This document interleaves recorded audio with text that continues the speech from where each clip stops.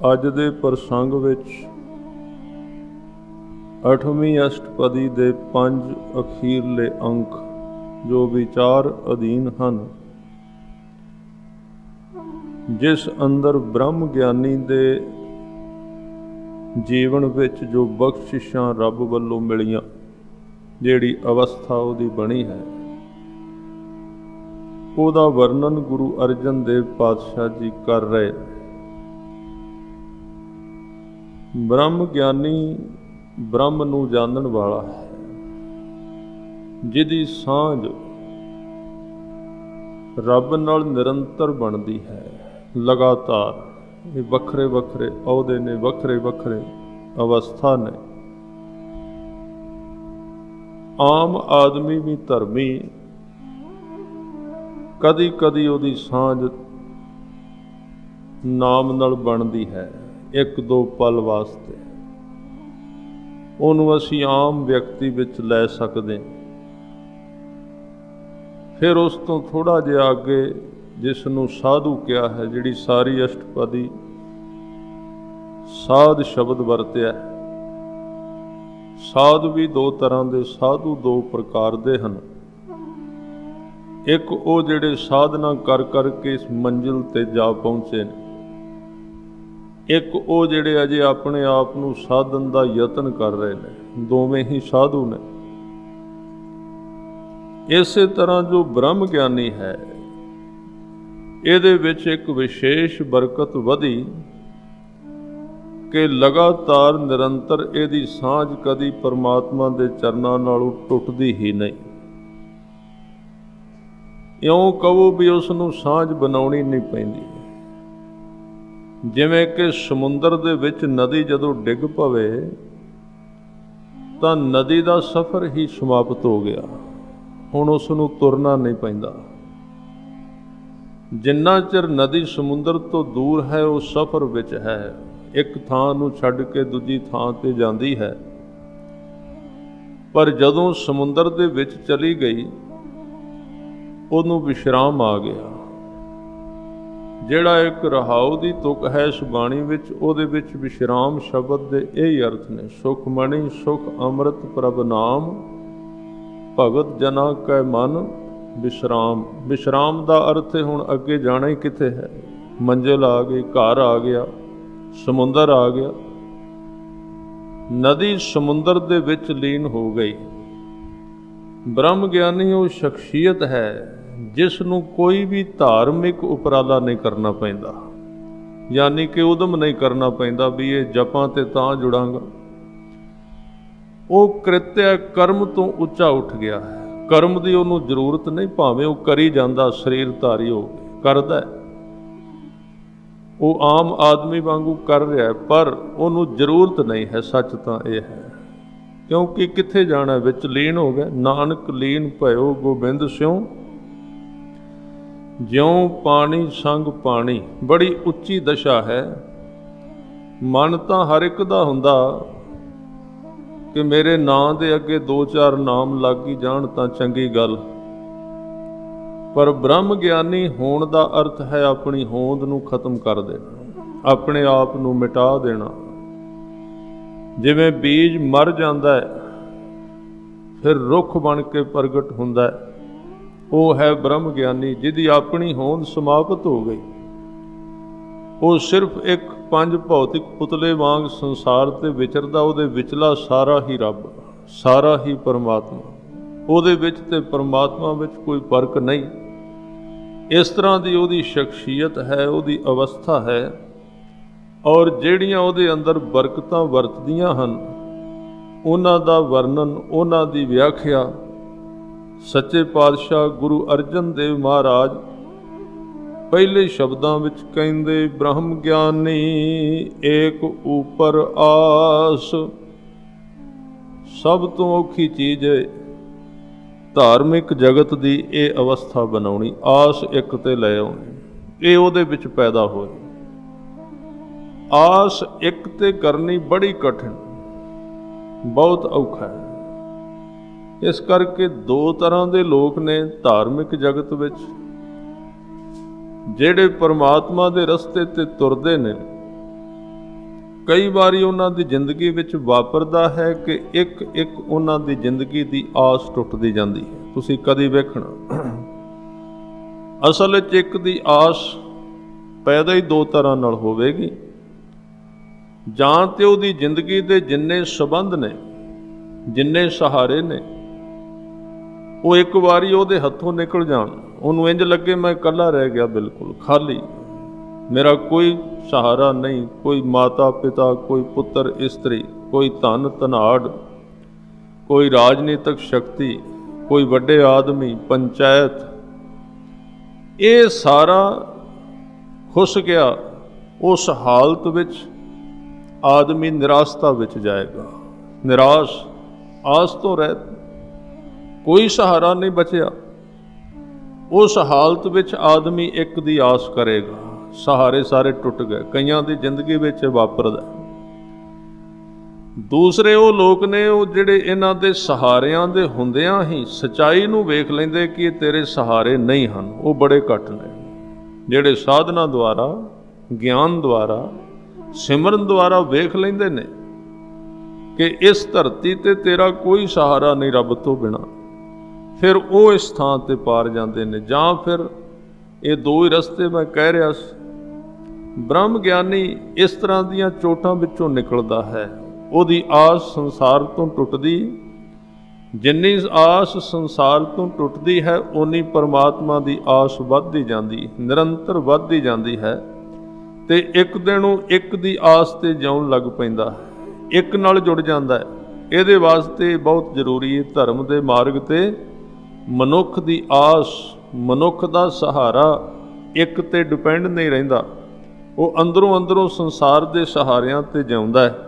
ਪਰ ਬ੍ਰਹਮ ਗਿਆਨੀ ਦੀ ਐਸੀ ਦਸ਼ਾ ਹੈ ਜਿਹਦੇ ਵਿੱਚ ਗੁਰੂ ਅਰਜਨ ਦੇਵ ਪਾਤਸ਼ਾਹ ਕਹਿੰਦੇ ਬ੍ਰਹਮ ਗਿਆਨੀ ਏਕ ਉਪਰ ਆਸ, ਇੱਕ ਤੋਂ ਬਿਨਾਂ ਕਦੀ ਕਿਸੇ ਦੀ ਆਸ ਨਹੀਂ ਕਰਦਾ। ਇੱਕ ਨਾਲ ਨਿਰੰਤਰ ਉਹਦਾ ਪਿਆਰ, ਮੁਹੱਬਤ, ਔਰ ਕਦੀ ਉਹਦੇ ਮਨ ਦੇ ਵਿੱਚ ਕਹਿ ਲਓ ਕਿ ਉਹਦੇ ਮਨ ਦੇ ਅੰਦਰ ਕਦੀ 1% ਵੀ ਸ਼ੱਕ ਨਹੀਂ ਪੈਂਦਾ ਕਿ ਜਿਹਦੇ ਨਾਲ ਮੈਂ ਜੁੜਿਆ ਉਹ ਹੈ, ਜਿਹਦੇ ਨਾਲ ਮੈਂ ਜੁੜਿਆ ਉਹ ਮੇਰੀ ਰੱਖਿਆ ਕਰੇਗਾ, ਜਿਹਨੂੰ ਮੈਂ ਜਪ ਰਿਹਾ ਉਹ ਸੁਣ ਰਿਹਾ ਕਿ ਨਹੀਂ ਸੁਣ ਰਿਹਾ, 1% ਵੀ ਸ਼ੱਕ ਨਹੀਂ ਜਿਹਦੇ ਅੰਦਰ, ਉਹ ਹੈ ਬ੍ਰਹਮ ਗਿਆਨੀ ਜੋ ਪੂਰਨ 100% ਵਿਸ਼ਵਾਸ ਵਿੱਚ ਭਰਿਆ ਹੋਇਆ, ਵਿਸਾਹ ਵਿੱਚ ਜੀ ਰਿਹਾ ਹੈ, ਉਹਦੇ ਵਿਸ਼ਵਾਸ ਦੇ ਵਿੱਚ ਹੈ। ਉਹਦੀ ਫਿਰ ਅੰਦਰ ਦੀ ਸਥਿਤੀ ਨੂੰ ਕੋਈ ਡੁਲਾ ਨਹੀਂ ਸਕਦਾ। ਔਰ ਦੂਸਰੀ ਗੱਲ, ਉਹਨੂੰ ਕਦੀ ਪਰਮਾਤਮਾ ਦੀ ਪ੍ਰੀਖਿਆ ਲੈਣ ਦਾ ਵੀ ਕਦੀ ਖਿਆਲ ਨਹੀਂ ਉੱਠਦਾ ਕਿ ਰੱਬ ਨੂੰ ਮੈਂ ਪਰਖ ਕੇ ਤਾਂ ਵੇਖਾਂ ਮੇਰਾ ਕੰਮ ਕਰਦਾ ਹੈ ਕਿ ਨਹੀਂ ਕਰਦਾ। ਜੇ ਕਰੇ ਤਾਂ ਵੀ ਉਹਦਾ ਵਿਸ਼ਵਾਸ ਉਸੇ ਤਰ੍ਹਾਂ, ਜੇ ਕਿਤੇ ਉਹ ਕੋਈ ਕੰਮ ਕਹਿੰਦਾ ਹੈ ਤਾਂ ਨਹੀਂ ਹੁੰਦਾ, ਵਿਸ਼ਵਾਸ ਵਿੱਚ ਕੋਈ ਫਰਕ ਨਹੀਂ ਪੈਂਦਾ। ਇਹ ਦਸ਼ਾ ਹੈ ਬ੍ਰਹਮ ਗਿਆਨੀ ਦੀ, ਜਿਸ ਨੂੰ ਕਹਿੰਦੇ ਏਕ ਉਪਰ ਆਸ। ਫਿਰ ਜਦੋਂ ਇਸ ਅਵਸਥਾ ਵਿੱਚ ਬ੍ਰਹਮ ਗਿਆਨੀ ਚਲਾ ਜਾਏ, ਫਿਰ ਕਹਿੰਦੇ ਬ੍ਰਹਮ ਗਿਆਨੀ ਕਾ ਨਹੀਂ ਵਿਨਾਸ਼। ਵਿਨਾਸ਼ ਦੇ ਅਰਥ ਨੇ ਖਤਮ ਹੋ ਜਾਣਾ, ਸਮਾਪਤੀ ਹੋ ਜਾਣੀ, ਨਾਸ਼ ਹੋ ਜਾਣਾ, ਮੌਤ ਆ ਜਾਣੀ। ਪਰ ਬ੍ਰਹਮ ਗਿਆਨੀ ਦਾ ਵਿਨਾਸ਼ ਨਹੀਂ ਹੁੰਦਾ, ਉਹਦੀ ਮੌਤ ਨਹੀਂ ਆਉਂਦੀ, ਕਿਉਂਕਿ ਮੌਤ ਉਸ ਦੀ ਤਾਂ ਨਹੀਂ ਆਉਂਦੀ, ਉਹ ਮੌਤ ਦੇ ਆਉਣ ਤੋਂ ਪਹਿਲਾਂ ਮੌਤ ਦੇ ਵਿੱਚੋਂ ਨਿਕਲ ਜਾਂਦਾ। ਐਵੇਂ ਨਹੀਂ ਸਿੱਧਾ। ਅਸੀਂ ਕਈ ਵਾਰੀ ਇਹ ਸੋਚਦੇ ਹਾਂ ਵੀ ਬ੍ਰਹਮ ਗਿਆਨੀ ਦਾ ਸਰੀਰ ਜਿਹੜਾ ਉਹ ਇੰਨੇ 100 ਸਾਲ ਜੀਵੇਗਾ। ਸਰੀਰ ਦੀ ਗੱਲ ਨਹੀਂ, ਸਰੀਰ ਬਾਰੇ ਨਹੀਂ ਸਤਿਗੁਰੂ ਕਹਿਣ ਲੱਗੇ ਜੇ ਸਰੀਰ ਦੀ ਗੱਲ ਹੋਵੇ ਭਾਵੇਂ ਕੋਈ ਚਾਰੇ ਜੁਗ ਜੀਵੇ ਪਿਆ, ਲੰਮਾ ਜੀਵੇ, ਬੜੀ ਲੰਮੀ ਉਮਰ ਹੋ ਜਾਏ, ਬਹੁਤ ਕੁਝ ਹੋ ਜਾਏ, ਪਰ ਜੇ ਤਿਸ ਨਦਰ ਨਾ ਆਵੇ ਤਾਂ ਬਾਤ ਨਾ ਪੁੱਛੈ ਕਿ। ਇੱਥੇ ਸਰੀਰ ਦੀ ਗੱਲ ਨਹੀਂ। ਅਸਲ ਵਿੱਚ ਉਹਦੀ ਮੌਤ ਕਿਉਂ ਨਹੀਂ ਆਉਂਦੀ? ਕਿਉਂਕਿ ਉਹ ਆਪਣੇ ਅੰਦਰਲੇ ਹਿੱਸੇ ਨੂੰ ਜਿੰਦਾ ਕਰ ਲੈਂਦਾ। ਅਸੀਂ ਜਿਵੇਂ ਅੰਦਰੋਂ ਮ੍ਰਿਤਕ ਹਾਂ, ਮਰੇ ਹੋਏ ਹਾਂ। ਸਾਡਾ ਜਿਹੜਾ ਅੰਦਰਲਾ ਆਤਮਿਕ ਜੀਵਨ ਹੈ, ਸਾਡਾ ਜਿਹੜਾ ਜ਼ਮੀਰ ਵਾਲਾ, ਗੁਣਾਂ ਵਾਲਾ ਜੀਵਨ, ਮਰਿਆ ਤਾਂ ਨਹੀਂ ਕਹਿ ਸਕਦੇ ਪਰ ਕਮਜ਼ੋਰ ਬੜਾ ਹੈ। ਉਹਦੇ ਵਿੱਚ ਜਿੰਦ ਜਾਨ ਹੀ ਕੋਈ ਨਹੀਂ, ਮਰੇ ਵਰਗਾ ਹੀ ਹੈ। ਜਿਵੇਂ ਕੋਈ ਬਿਮਾਰ ਮੁੱਦਤ ਤੋਂ ਮੰਜੇ ਤੇ ਪਿਆ ਹੋਵੇ, ਉੱਠ ਨਹੀਂ ਸਕਦਾ। ਸਾਡਾ ਜਿਹੜਾ ਅੰਦਰਲਾ ਜੀਵਨ ਹੈ ਉਹ ਮੰਜੇ ਤੇ ਪਿਆ ਹੋਇਆ, ਗੁਣ ਨਹੀਂ ਉਹਦੇ ਵਿੱਚ ਨਾਮ ਦੀ ਸ਼ਕਤੀ ਨਹੀਂ, ਨਾਮ ਦੀ ਤਾਕਤ ਨਹੀਂ। ਬ੍ਰਹਮ ਗਿਆਨੀ ਦਾ ਅੰਦਰਲਾ ਸਰੀਰ ਤਾਕਤਵਰ ਹੋ ਜਾਂਦਾ, ਸ਼ਕਤੀਸ਼ਾਲੀ ਹੋ ਜਾਂਦਾ, ਕਿਉਂਕਿ ਉਹਨੂੰ ਨਾਮ ਦੀ ਖੁਰਾਕ ਮਿਲਦੀ ਹੈ। ਤਾਂ ਅੰਦਰੋਂ ਜਿਉਂ ਪੈਂਦਾ ਹੈ। ਜਦੋਂ ਅੰਦਰ ਜਿਉਂ ਪੈਂਦਾ ਤੇ ਬਾਹਰਲੇ ਸਰੀਰ ਦੇ ਜੀਵਨ ਦੀ ਉੱਥੇ ਕੋਈ ਇੱਛਾ ਹੀ ਨਹੀਂ ਰਹਿੰਦੀ। ਅੰਦਰਲਾ ਜੀਵਨ ਉਹਦਾ ਚੱਲ ਪਿਆ, ਬਾਹਰਲਾ ਜੀਵਨ ਤੁੱਛ ਹੋ ਗਿਆ, ਛੋਟਾ ਹੋ ਗਿਆ, ਮਿਥਿਆ ਹੋ ਗਿਆ, ਉਹਦੀ ਕੋਈ ਕੀਮਤ ਨਾ ਰਹੀ। ਤਾਂ ਇੱਥੇ ਜਦੋਂ ਕਹਿੰਦੇ ਵੀ ਉਹਦਾ ਵਿਨਾਸ਼ ਨਹੀਂ, ਇਹਦੇ ਅਰਥ ਇਹ ਨਾ ਸਮਝਣਾ ਵੀ ਉਹ ਕੇਵਲ ਸਰੀਰ ਦੀ ਗੱਲ ਕਰ ਰਹੇ ਨੇ, ਉਹਦੇ ਅੰਦਰਲੇ ਸਰੀਰ ਦੇ ਅੰਦਰਲੇ ਜੀਵਨ ਦੀ ਗੱਲ ਕਰ ਰਹੇ ਨੇ ਕਿ ਉਹਦਾ ਅੰਦਰਲਾ ਸਰੀਰ ਕਦੀ ਵੀ ਮਰਦਾ ਨਹੀਂ। ਉਹ ਪਹਿਲਾਂ ਹੀ ਜਿਸ ਚੀਜ਼ ਦੀ ਮੌਤ ਆਉਂਦੀ ਹੈ ਉਹ ਸਰੀਰ ਹੈ। ਮੌਤ ਆਉਂਦੀ ਹੈ ਅੱਖਾਂ ਦੀ, ਵੇਖਣ ਦੀ ਮੌਤ ਆਉਂਦੀ, ਸੁਣਨ ਦੀ ਮੌਤ ਆਉਂਦੀ, ਬੋਲਣ ਦੀ, ਖਾਣ ਪੀਣ ਦੀ, ਇਹਨਾਂ ਚੀਜ਼ਾਂ ਨੂੰ ਉਹ ਪਹਿਲਾਂ ਹੀ ਪਾਰ ਕਰ ਲੈਂਦਾ ਹੈ। ਇਸ ਕਰਕੇ ਕਹਿੰਦੇ ਬ੍ਰਹਮ ਗਿਆਨੀ ਕਾ ਨਹੀਂ ਵਿਨਾਸ਼, ਉਹਦੇ ਅੰਦਰਲੇ ਜੀਵਨ ਦਾ ਕਦੀ ਵਿਨਾਸ਼ ਨਹੀਂ ਹੁੰਦਾ। ਹਜ਼ੂਰ ਕਹਿੰਦੇ ਬ੍ਰਹਮ ਗਿਆਨੀ ਕੈ ਗਰੀਬੀ ਸਮਾਹਾ, ਬ੍ਰਹਮ ਗਿਆਨੀ ਪਰ ਉਪਕਾਰਿਉ ਮਾਹਾ। ਬ੍ਰਹਮ ਗਿਆਨੀ ਦੇ ਮਨ ਦੇ ਵਿੱਚ ਇੱਕ ਗਰੀਬੀ ਦੀ ਹਾਲਤ, ਗਰੀਬੀ ਦੇ ਅਰਥ ਇੱਥੇ ਹੋਣਗੇ ਨਿਮਰਤਾ, ਨਿਮਰਤਾ ਦੀ ਐਸੀ ਹਾਲਤ ਬਣੀ ਰਹਿੰਦੀ ਹੈ ਕਿ ਇੰਨੀ ਵੱਡੀ ਸ਼ਕਤੀ ਦਾ ਉਹਨੂੰ ਕਦੀ ਇੱਕ ਕਿਣਕਾ ਮਾਤਰ ਵੀ ਅੰਦਰ ਪਕੜ ਨਹੀਂ ਆਉਂਦੀ। ਸਭ ਤੋਂ ਵੱਡੀ ਦਾਤ ਇਹ ਹੈ। ਨਹੀਂ ਤੇ ਜਿੰਨਾ ਚਿਰ ਅਸੀਂ ਆਮ ਹਾਲਤ ਵਿੱਚ ਵਿਚਰਨੇ ਆ ਸਾਧ ਸੰਗਤ, ਉਹਨਾਂ ਚਿਰ ਸਾਡੀ ਹਾਲਤ ਰਹਿੰਦੀ ਜਬ ਕਿਛ ਪਾਵਤ ਤਬ ਗਰਭ ਕਰਦਾ ਹੈ। ਥੋੜ੍ਹਾ ਜਿਹਾ ਸਾਨੂੰ ਸਾਧ ਸੰਗਤ ਜੀ ਕਿਤੋਂ ਅਹੁਦਾ ਮਿਲ ਜਾਏ, ਥੋੜ੍ਹਾ ਜਿਹਾ ਸਾਨੂੰ ਸਨਮਾਨ ਮਿਲ ਜਾਏ, ਦੋ ਆਦਮੀ ਸਾਨੂੰ ਕਹਿ ਦੇਣ ਤੇ ਸਾਡੀ ਚਾਲ ਵਿੱਚ ਫਰਕ ਪੈ ਜਾਂਦਾ ਹੈ, ਸਾਡੀ ਚਾਲ ਬਦਲ ਜਾਂਦੀ ਹੈ। ਪਰ ਬ੍ਰਹਮ ਗਿਆਨੀ ਇਸ ਤਰ੍ਹਾਂ ਦਾ ਨਹੀਂ। ਉਹਨੂੰ ਇੰਨੀ ਵੱਡੀ ਉਸਤਤ ਮਿਲਦੀ ਪਰਮਾਤਮਾ ਵੱਲੋਂ, ਅਕਾਲ ਪੁਰਖ ਵੱਲੋਂ ਇੰਨੀ ਵੱਡੀ ਦਾਤ ਮਿਲ ਜਾਂਦੀ ਹੈ ਤੇ ਜਿਸ ਦਾ ਕੋਈ ਅੰਤ ਨਹੀਂ। ਇੰਨੀ ਵੱਡੀ ਦਾਤ ਪਾ ਕੇ ਵੀ ਉਹ ਮਾਣ ਪਾ ਕੇ ਵੀ ਨਿਮਾਣਾ ਰਹਿੰਦਾ ਹੈ, ਜਿਹਨੂੰ ਬਾਬਾ ਫਰੀਦ ਸਾਹਿਬ ਕਹਿੰਦੇ ਮਾਣ ਹੁੰਦੇ ਤਾਣ ਹੁੰਦੇ ਹੋਏ ਨਿਤਾਣਾ, ਮਾਣ ਹੁੰਦੇ ਹੋਏ ਨਿਮਾਣਾ, ਕੋਈ ਐਸਾ ਭਗਤ ਸਦਾਏ ਅਣ ਹੁੰਦੇ ਆਪ ਵੰਡਾਏ। ਇੰਨਾ ਮਾਣ ਮਿਲਿਆ ਪਰ ਮਾਣ ਦਾ ਪਤਾ ਵੀ ਨਹੀਂ ਲੱਗਾ ਕਿਹਦੀ ਇੱਜ਼ਤ, ਕਿਹਦਾ ਸਤਿਕਾਰ। ਤਾਣ ਅੰਦਰ ਇੰਨਾ ਹੈ ਕਿ ਇੱਧਰੋਂ ਇਸ਼ਾਰਾ ਕੀਤਾ ਤੇ ਉੱਧਰੋਂ ਵਾਪਰ ਜਾਂਦਾ ਹੈ। ਸ਼ਕਤੀ ਇੰਨੀ ਹੈ, ਉਹਦਾ ਕਿਹਾ ਹੋਇਆ ਚੱਲਦਾ ਹੈ, ਪਰ ਕਦੀ ਅੰਦਰ 1% ਵੀ ਨਹੀਂ, ਕਦੀ ਅੰਦਰ ਕਦੀ ਅਹੰਕਾਰ ਆਇਆ ਹੀ ਨਹੀਂ, ਮੈਂ ਪੈਦਾ ਨਹੀਂ ਹੋਈ।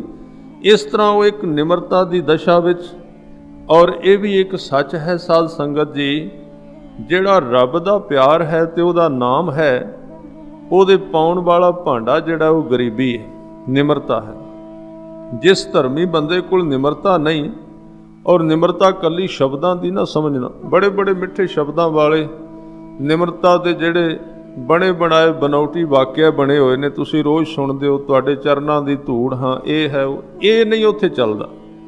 ਉਹ ਇੱਕ ਅਵਸਥਾ ਹੈ, ਨਾ ਕਿ ਇੱਕ ਸ਼ਬਦੀ ਢਾਂਚਾ ਹੈ ਕਿ ਇੱਕ ਪਹਿਰਾ ਬਣਾਇਆ ਹੋਇਆ ਨਿਮਰਤਾ ਦਾ ਰਟਿਆ ਰਟਾਇਆ ਕਹਿ ਦੇਣਾ, ਬਾਹਰੋਂ ਸ਼ਬਦ ਬੋਲ ਦੇਣੇ। ਇਹ ਨਿਮਰਤਾ ਉਹਦੇ ਘਰ ਵਿੱਚ ਬਹੁਤੀ ਪ੍ਰਵਾਨ ਨਹੀਂ। ਪ੍ਰਵਾਨ ਦਾ ਉੱਥੇ ਨਿਮਰਤਾ ਦੇ ਅਰਥ ਨੇ ਅੰਦਰ ਦਾ ਝੁਕਾਅ, ਅੰਦਰ ਦਾ ਜਿਹੜਾ ਲਿਫ ਜਾਣਾ ਹੈ।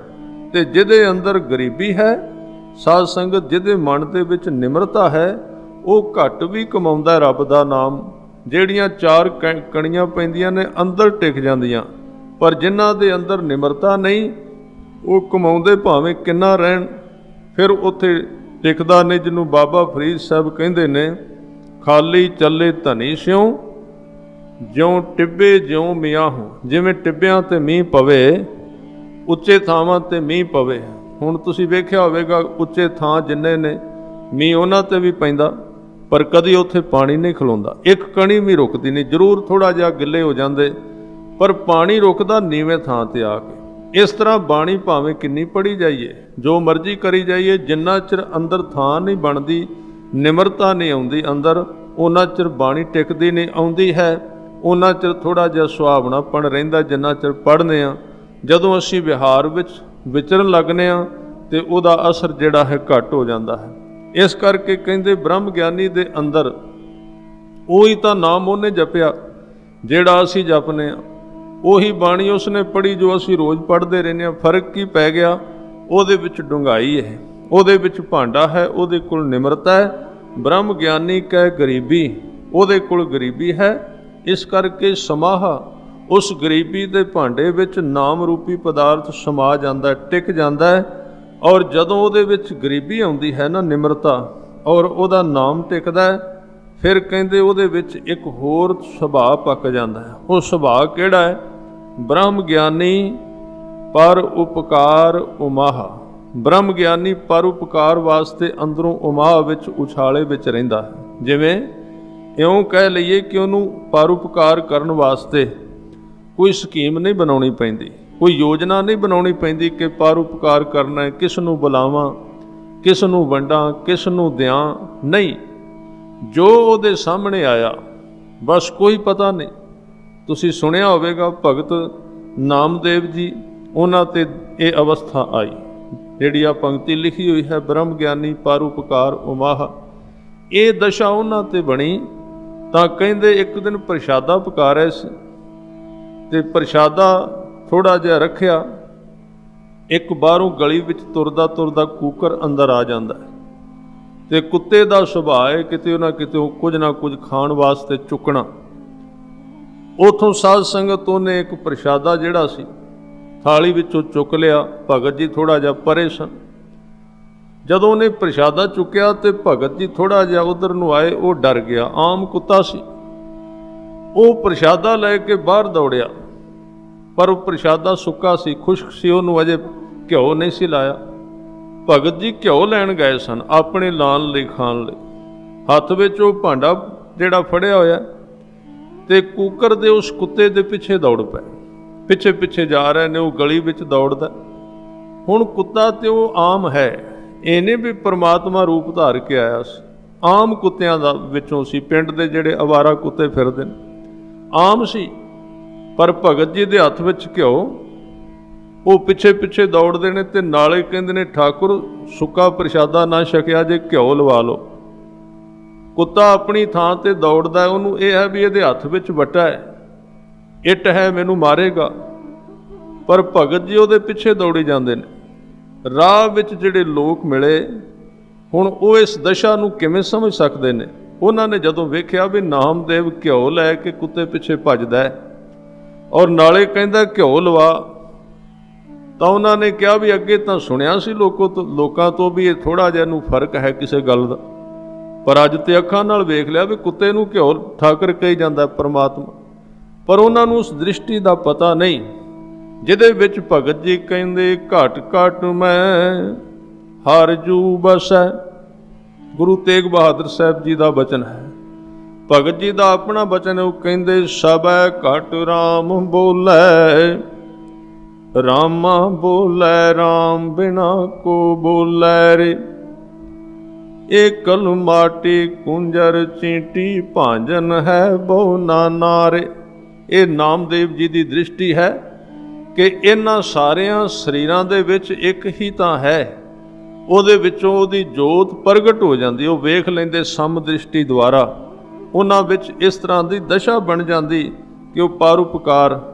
ਜਦੋਂ ਸਾਧ ਸੰਗਤ ਪਿੱਛੇ ਦੌੜਦੇ ਗਏ, ਕਹਿੰਦੇ ਕੁੱਤਾ ਤੇ ਆਮ ਸੀ, ਪਰ ਭਾਵਨਾ ਨੇ ਪ੍ਰੈਸ਼ਰ ਪਾਇਆ, ਇੰਨਾ ਅਸਰ ਪਾਇਆ। ਨਾਮਦੇਵ ਜੀ ਦੇ ਅੰਦਰੋਂ ਪਿਆਰ ਦੀਆਂ ਤਰੰਗਾਂ ਨਿਕਲ ਰਹੀਆਂ ਸਨ।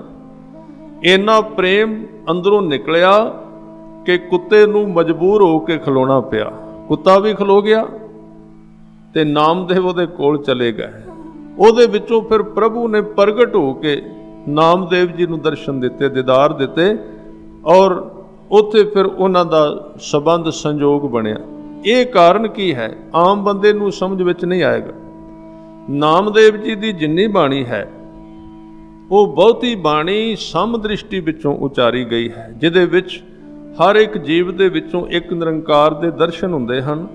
ਔਰ ਭਗਤ ਨਾਮਦੇਵ ਜੀ ਦੀ ਬਾਣੀ ਤੇ ਗੁਰੂ ਗੋਬਿੰਦ ਸਿੰਘ ਪਾਤਸ਼ਾਹ ਜੀ ਦੁਆਰਾ ਉਚਾਰੀ ਹੋਈ ਜਾਪ ਸਾਹਿਬ ਦੀ ਬਾਣੀ, ਦੋਵੇਂ ਹੀ ਬਾਣੀਆਂ ਇੱਕੋ ਕੇਂਦਰ ਤੋਂ ਉਚਾਰੀਆਂ ਗਈਆਂ ਨੇ। ਜਿੱਥੋਂ ਨਾਮਦੇਵ ਜੀ ਉਚਾਰਦੇ ਨੇ, ਜੇ ਸਮੁੰਦਰ ਵਿੱਚ ਜਾਂਦੇ ਨੇ, ਮੱਛੀਆਂ ਵਿੱਚੋਂ ਰੱਬ ਨੂੰ ਵੇਖ ਲੈਂਦੇ ਨੇ, ਪਾਣੀ ਲੈਣ ਜਾਂਦੇ ਨੇ। ਜੇ ਸਾਧ ਸੰਗਤ ਗਾਂ ਚੋਣ ਲੱਗ ਪੈਂਦੇ ਨੇ ਤੇ ਵੱਛਾ ਚੁੰਘਦਾ ਹੈ ਤੇ ਸਾਰਾ ਦੁੱਧ ਉਹਨੂੰ ਚੁੰਘਾ ਦਿੰਦੇ ਨੇ। ਕਿਉਂ? ਕਿਉਂਕਿ ਉਸ ਬੱਚੇ ਵਿੱਚੋਂ ਦੀਦਾਰ ਹੋ ਜਾਂਦੇ ਨੇ ਤੇ ਕਹਿੰਦੇ ਵੀ ਇਹ ਪੀ ਰਿਹਾ ਦੁੱਧ ਪਰਮਾਤਮਾ, ਉਹਦੇ ਵਿੱਚੋਂ ਵੇਖ ਲੈਂਦੇ ਨੇ। ਇਹ ਸਮਦ੍ਰਿਸ਼ਟੀ ਹੈ। ਇਸੇ ਤਰ੍ਹਾਂ ਗੁਰੂ ਗੋਬਿੰਦ ਸਿੰਘ ਮਹਾਰਾਜ ਸੱਚੇ ਪਾਤਸ਼ਾਹ ਸਾਰੀਆਂ ਹੀ ਦਸ਼ਾ ਵਿੱਚ ਉਹਨੂੰ ਵੇਖਦੇ ਨੇ। ਤੁਸੀਂ ਜਾਪ ਸਾਹਿਬ ਵਿੱਚ ਪੜ੍ਹੋਗੇ, ਇੱਕੋ ਵਕਤ ਦੋ ਵਿਰੋਧੀ ਚੀਜ਼ਾਂ ਵਿੱਚ ਪਰਮਾਤਮਾ ਦਾ ਨਿਵਾਸ ਦੱਸਿਆ ਗਿਆ। ਪਹਿਲਾਂ ਕਹਿੰਦੇ ਨੇ ਨਮੋ ਅੰਧਕਾਰੇ, ਹਨੇਰੇ ਵਿੱਚ ਤੂੰ ਹੈ। ਫਿਰ ਕਹਿੰਦੇ ਨਮੋ ਤੇਜ ਤੇਜੇ, ਚਾਨਣ ਵਿੱਚ ਤੂੰ ਹੈ। ਦੋਵਾਂ ਵਿੱਚ ਕਹਿ ਦਿੱਤਾ। ਇਹ ਸਮਦ੍ਰਿਸ਼ਟੀ ਹੈ, ਇਹ ਬ੍ਰਹਮ ਗਿਆਨੀ ਦੇ ਵਿੱਚ ਪੈਦਾ ਹੁੰਦੀ ਹੈ। ਫਿਰ ਉਹ ਜਦੋਂ ਇਸ ਤਰ੍ਹਾਂ ਦੀ ਦ੍ਰਿਸ਼ਟੀ ਪੈਦਾ ਹੋਈ, ਉਹਦੇ ਅੰਦਰ ਫਿਰ ਬ੍ਰਹਮ ਗਿਆਨੀ ਪਰ ਉਪਕਾਰ ਉਮਾਹਾ, ਉਹਦੇ ਅੰਦਰ ਬਿਨਾਂ ਸਕੀਮ ਬਣਾਉਣ ਤੋਂ, ਬਿਨਾਂ ਸੋਚਣ ਤੋਂ, ਬਿਨਾਂ ਯਤਨ ਕਰਨ ਤੋਂ। ਸਾਡਾ ਤੇ ਪਰਉਪਕਾਰ ਵੀ ਉਹਨਾਂ ਮਹੱਲਿਆਂ ਵਿੱਚ ਹੁੰਦਾ ਜਿੱਥੋਂ ਵੋਟਾਂ ਲੈਣੀਆਂ ਹੁੰਦੀਆਂ ਨੇ। ਦੂਜੇ ਥਾਵਾਂ ਤੇ ਸਾਡਾ ਪਰਉਪਕਾਰ ਸੌਂ ਜਾਂਦਾ ਹੈ। ਸਾਧ ਸੰਗਤ ਜੀ, ਉੱਥੇ ਪਰਉਪਕਾਰ ਜ਼ਿਆਦਾ ਕਰਨੇ ਆ, ਔਰ ਸਾਡਾ ਪਰਉਪਕਾਰ ਉੱਥੇ ਹੁੰਦਾ ਜਿੱਥੇ ਮੀਡੀਆ ਇਕੱਠਾ ਹੋਇਆ ਹੋਵੇ। ਆਮ ਥਾਂ ਤੇ ਪਰਉਪਕਾਰ ਨਹੀਂ ਹੈ। ਸਾਡਾ ਪਰਉਪਕਾਰ ਵੱਡੇ ਵੱਡੇ ਲੋਕਾਂ ਦਾ, ਅਮੀਰ ਲੋਕਾਂ ਤੇ ਹੁੰਦਾ ਹੈ ਬਹੁਤਾ, ਜਿਹੜੇ ਗਰੀਬ ਲੋਕ ਨੇ ਉਹਨਾਂ ਤੇ ਘੱਟ ਹੁੰਦਾ ਹੈ। ਇਸ ਤਰ੍ਹਾਂ ਦਾ ਪਰਉਪਕਾਰ ਨਹੀਂ ਜੋ ਬਨੌਟੀ ਔਰ ਬਣਾਇਆ ਹੋਇਆ। ਉਹਨਾਂ ਵਿੱਚ ਇੱਕ ਐਸਾ ਉਪਕਾਰ ਪੈਦਾ ਹੁੰਦਾ, ਪਰਉਪਕਾਰ, ਕਿ ਉਹ ਨਾ ਵੀ ਚਾਹਣ ਕਿਸੇ ਨੂੰ ਕੁਝ ਦੇਣਾ, ਉਹਨਾਂ ਦਾ ਮਨ ਉਹਨਾਂ ਚਿਰ ਤ੍ਰਿਪਤ ਨਹੀਂ ਹੁੰਦਾ ਜਿੰਨਾ ਚਿਰ ਦੂਸਰਿਆਂ ਨੂੰ ਕੁਝ ਦਿੰਦੇ ਨਹੀਂ ਆਪਣੇ ਵੱਲੋਂ, ਕਿਉਂਕਿ ਉਹਨਾਂ ਦੇ ਵਿੱਚੋਂ ਅਕਾਲ ਪੁਰਖ ਦੇ ਦੀਦਾਰ ਕਰਦੇ ਹਨ। ਸਾਹਿਬ ਅੱਗੇ ਕਹਿੰਦੇ ਬ੍ਰਹਮ ਗਿਆਨੀ ਕੈ ਨਾਹੀ ਧੰਦਾ, ਬ੍ਰਹਮ ਗਿਆਨੀ ਲੈ ਧਾਵਤ ਬੰਦਾ। ਹੁਣ ਇਹ ਦੋ ਸ਼ਬਦ ਨੇ, ਧੰਦਾ ਤੇ ਬੰਦਾ। ਧੰਦਾ ਸ਼ਬਦ ਦਾ ਅਰਥ ਹੈ ਧੰਦਾ ਕਰਨਾ, ਕੰਮ ਕਰਨਾ। ਇੱਥੇ ਜੇ ਬਾਹਰੋਂ ਪੜਾਂਗੇ ਤੇ ਅਰਥ ਨਿਕਲਣਗੇ ਬ੍ਰਹਮ ਗਿਆਨੀ ਕੋਈ ਧੰਦਾ ਨਹੀਂ ਕਰਦਾ, ਕੋਈ ਕੰਮ ਨਹੀਂ ਕਰਦਾ, ਔਰ ਉਹਨੂੰ ਕੋਈ ਨਾ ਭੱਜਦਾ ਹੈ, ਨਾ ਉਹਨੂੰ ਕੋਈ ਬੰਧਨ ਪੈਂਦੇ ਨੇ। ਇੱਥੇ ਧੰਦੇ ਦਾ ਅਰਥ ਹੈ ਕਿ ਉਹ ਆਪਣੇ ਮਨ ਦੇ ਵਿੱਚ ਕੰਮ ਪ੍ਰਤੀ, ਜਿਹੜਾ ਉਹ ਧੰਦਾ ਕਰਦਾ ਹੈ, ਉਹਦੇ ਪ੍ਰਤੀ ਬਹੁਤਾ ਸੋਚਦਾ ਨਹੀਂ ਰਹਿੰਦਾ, ਅੰਦਰ ਖਿਆਲ ਨਹੀਂ ਪੈਦਾ ਕਰਦਾ। ਕੰਮ ਕਰਦਾ, ਹੱਥਾਂ ਨਾਲ ਕਿਰਤ ਕਰੀ ਜਾਂਦਾ।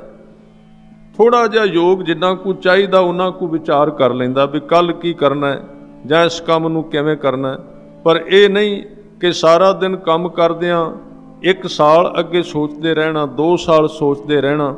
ਜਦੋਂ ਰੋਟੀ ਖਾਣੀ ਉਦੋਂ ਵੀ ਕੰਮ ਬਾਰੇ ਸੋਚੀ ਜਾਣਾ, ਜਦੋਂ ਰਾਤ ਨੂੰ ਸੌਣਾ ਸੁਪਨਿਆਂ ਵਿੱਚ ਵੀ ਕੰਮ ਬਾਰੇ ਸੋਚੀ ਜਾਣਾ।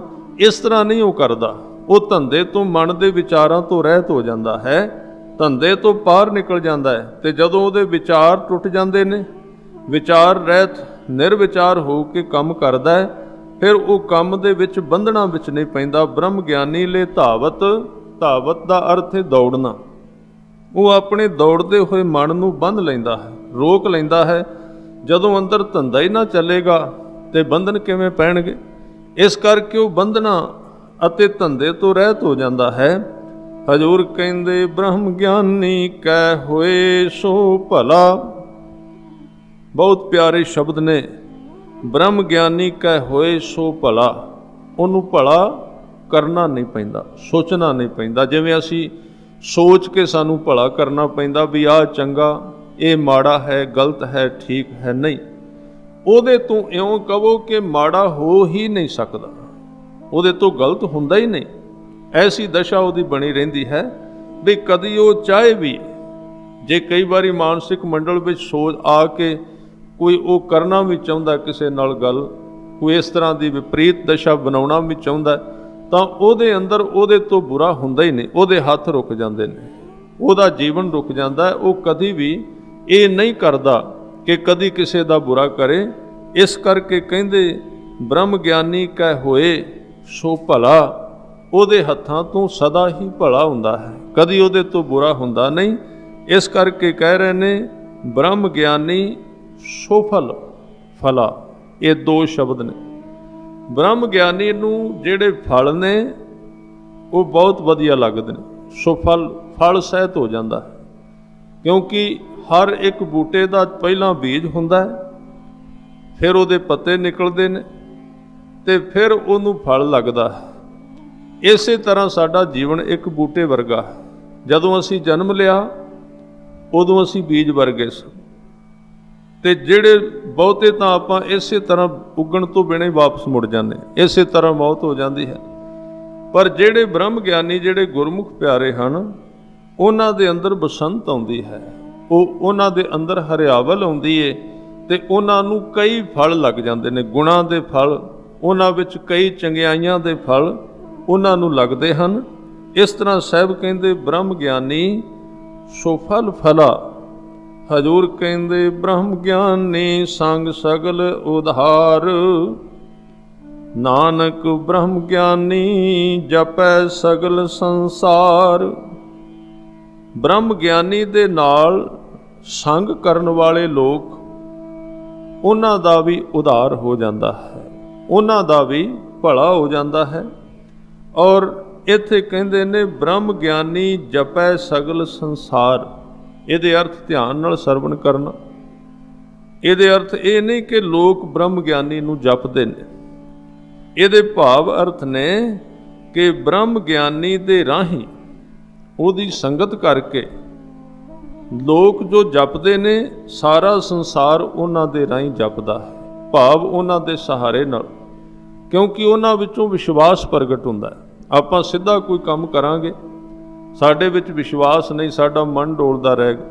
ਪਰ ਜਦੋਂ ਕਦੀ ਜੁੜੇ ਹੋਏ ਲੋਕਾਂ ਦੇ ਰਾਹੀਂ, ਉਹਨਾਂ ਦੇ ਨਾਲ ਰਹਿ ਕੇ ਆਪਾਂ ਕਰਾਂਗੇ, ਤੇ ਆਪਣੇ ਵਿੱਚ ਵਿਸ਼ਵਾਸ ਵੱਧ ਜਾਏਗਾ, ਸ਼ਕਤੀ ਵੱਧ ਜਾਏਗੀ ਵਿਸ਼ਵਾਸ ਦੀ।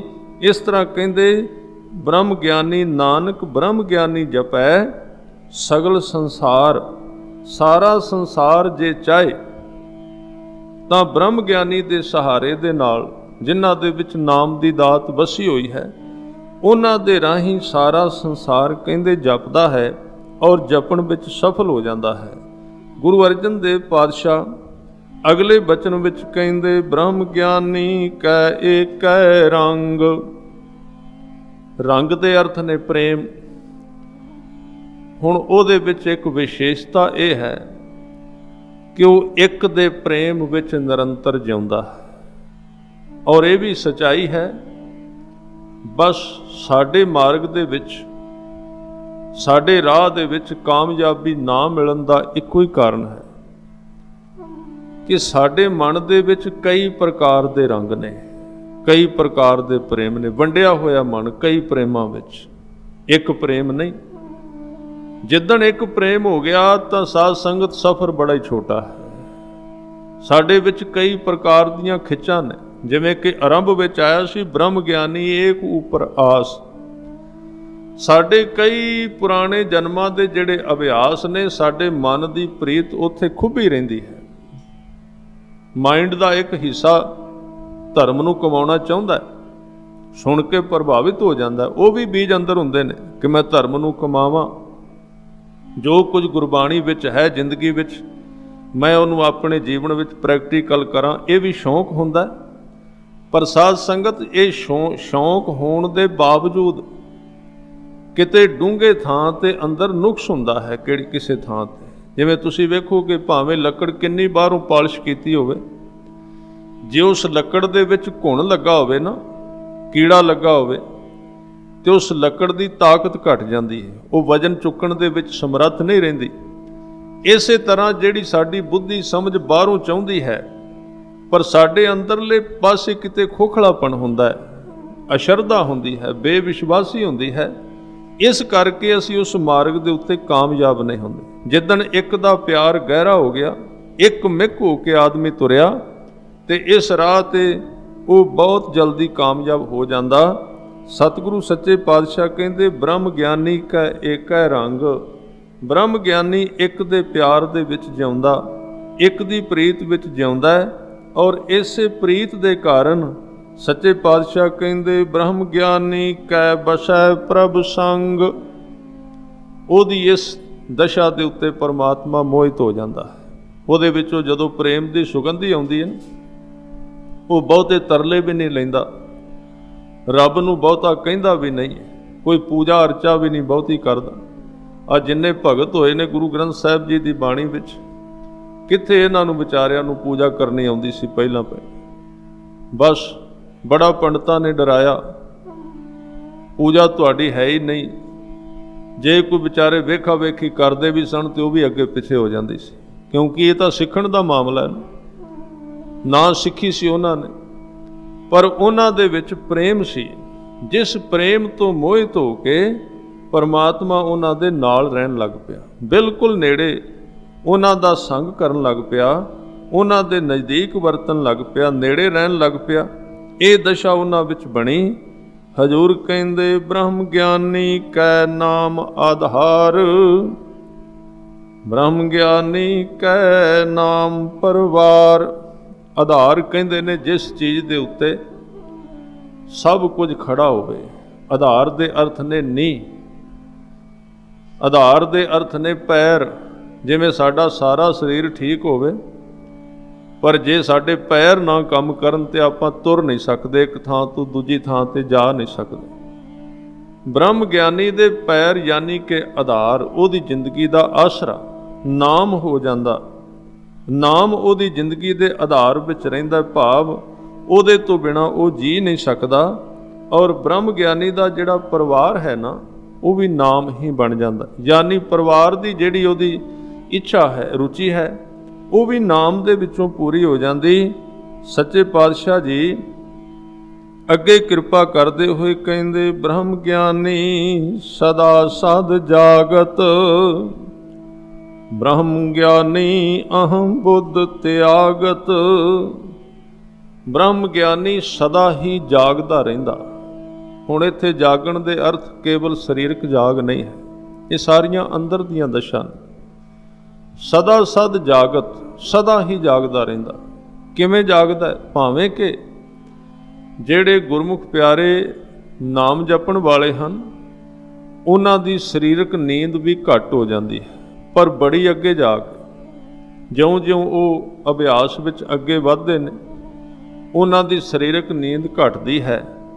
ਪਰ ਕਈ ਵਾਰੀ ਇਸ ਤਰ੍ਹਾਂ ਹੁੰਦਾ ਹੈ, ਆਮ ਲੋਕ ਸਟੇਜਾਂ ਤੇ ਇਹ ਗੱਲਾਂ ਕਹਿ ਦਿੰਦੇ ਨੇ ਵੀ ਫਲਾਣਾ ਤੇ 3 ਘੰਟੇ ਸੌਂਦਾ, ਉਹ ਤੇ 4 ਘੰਟੇ।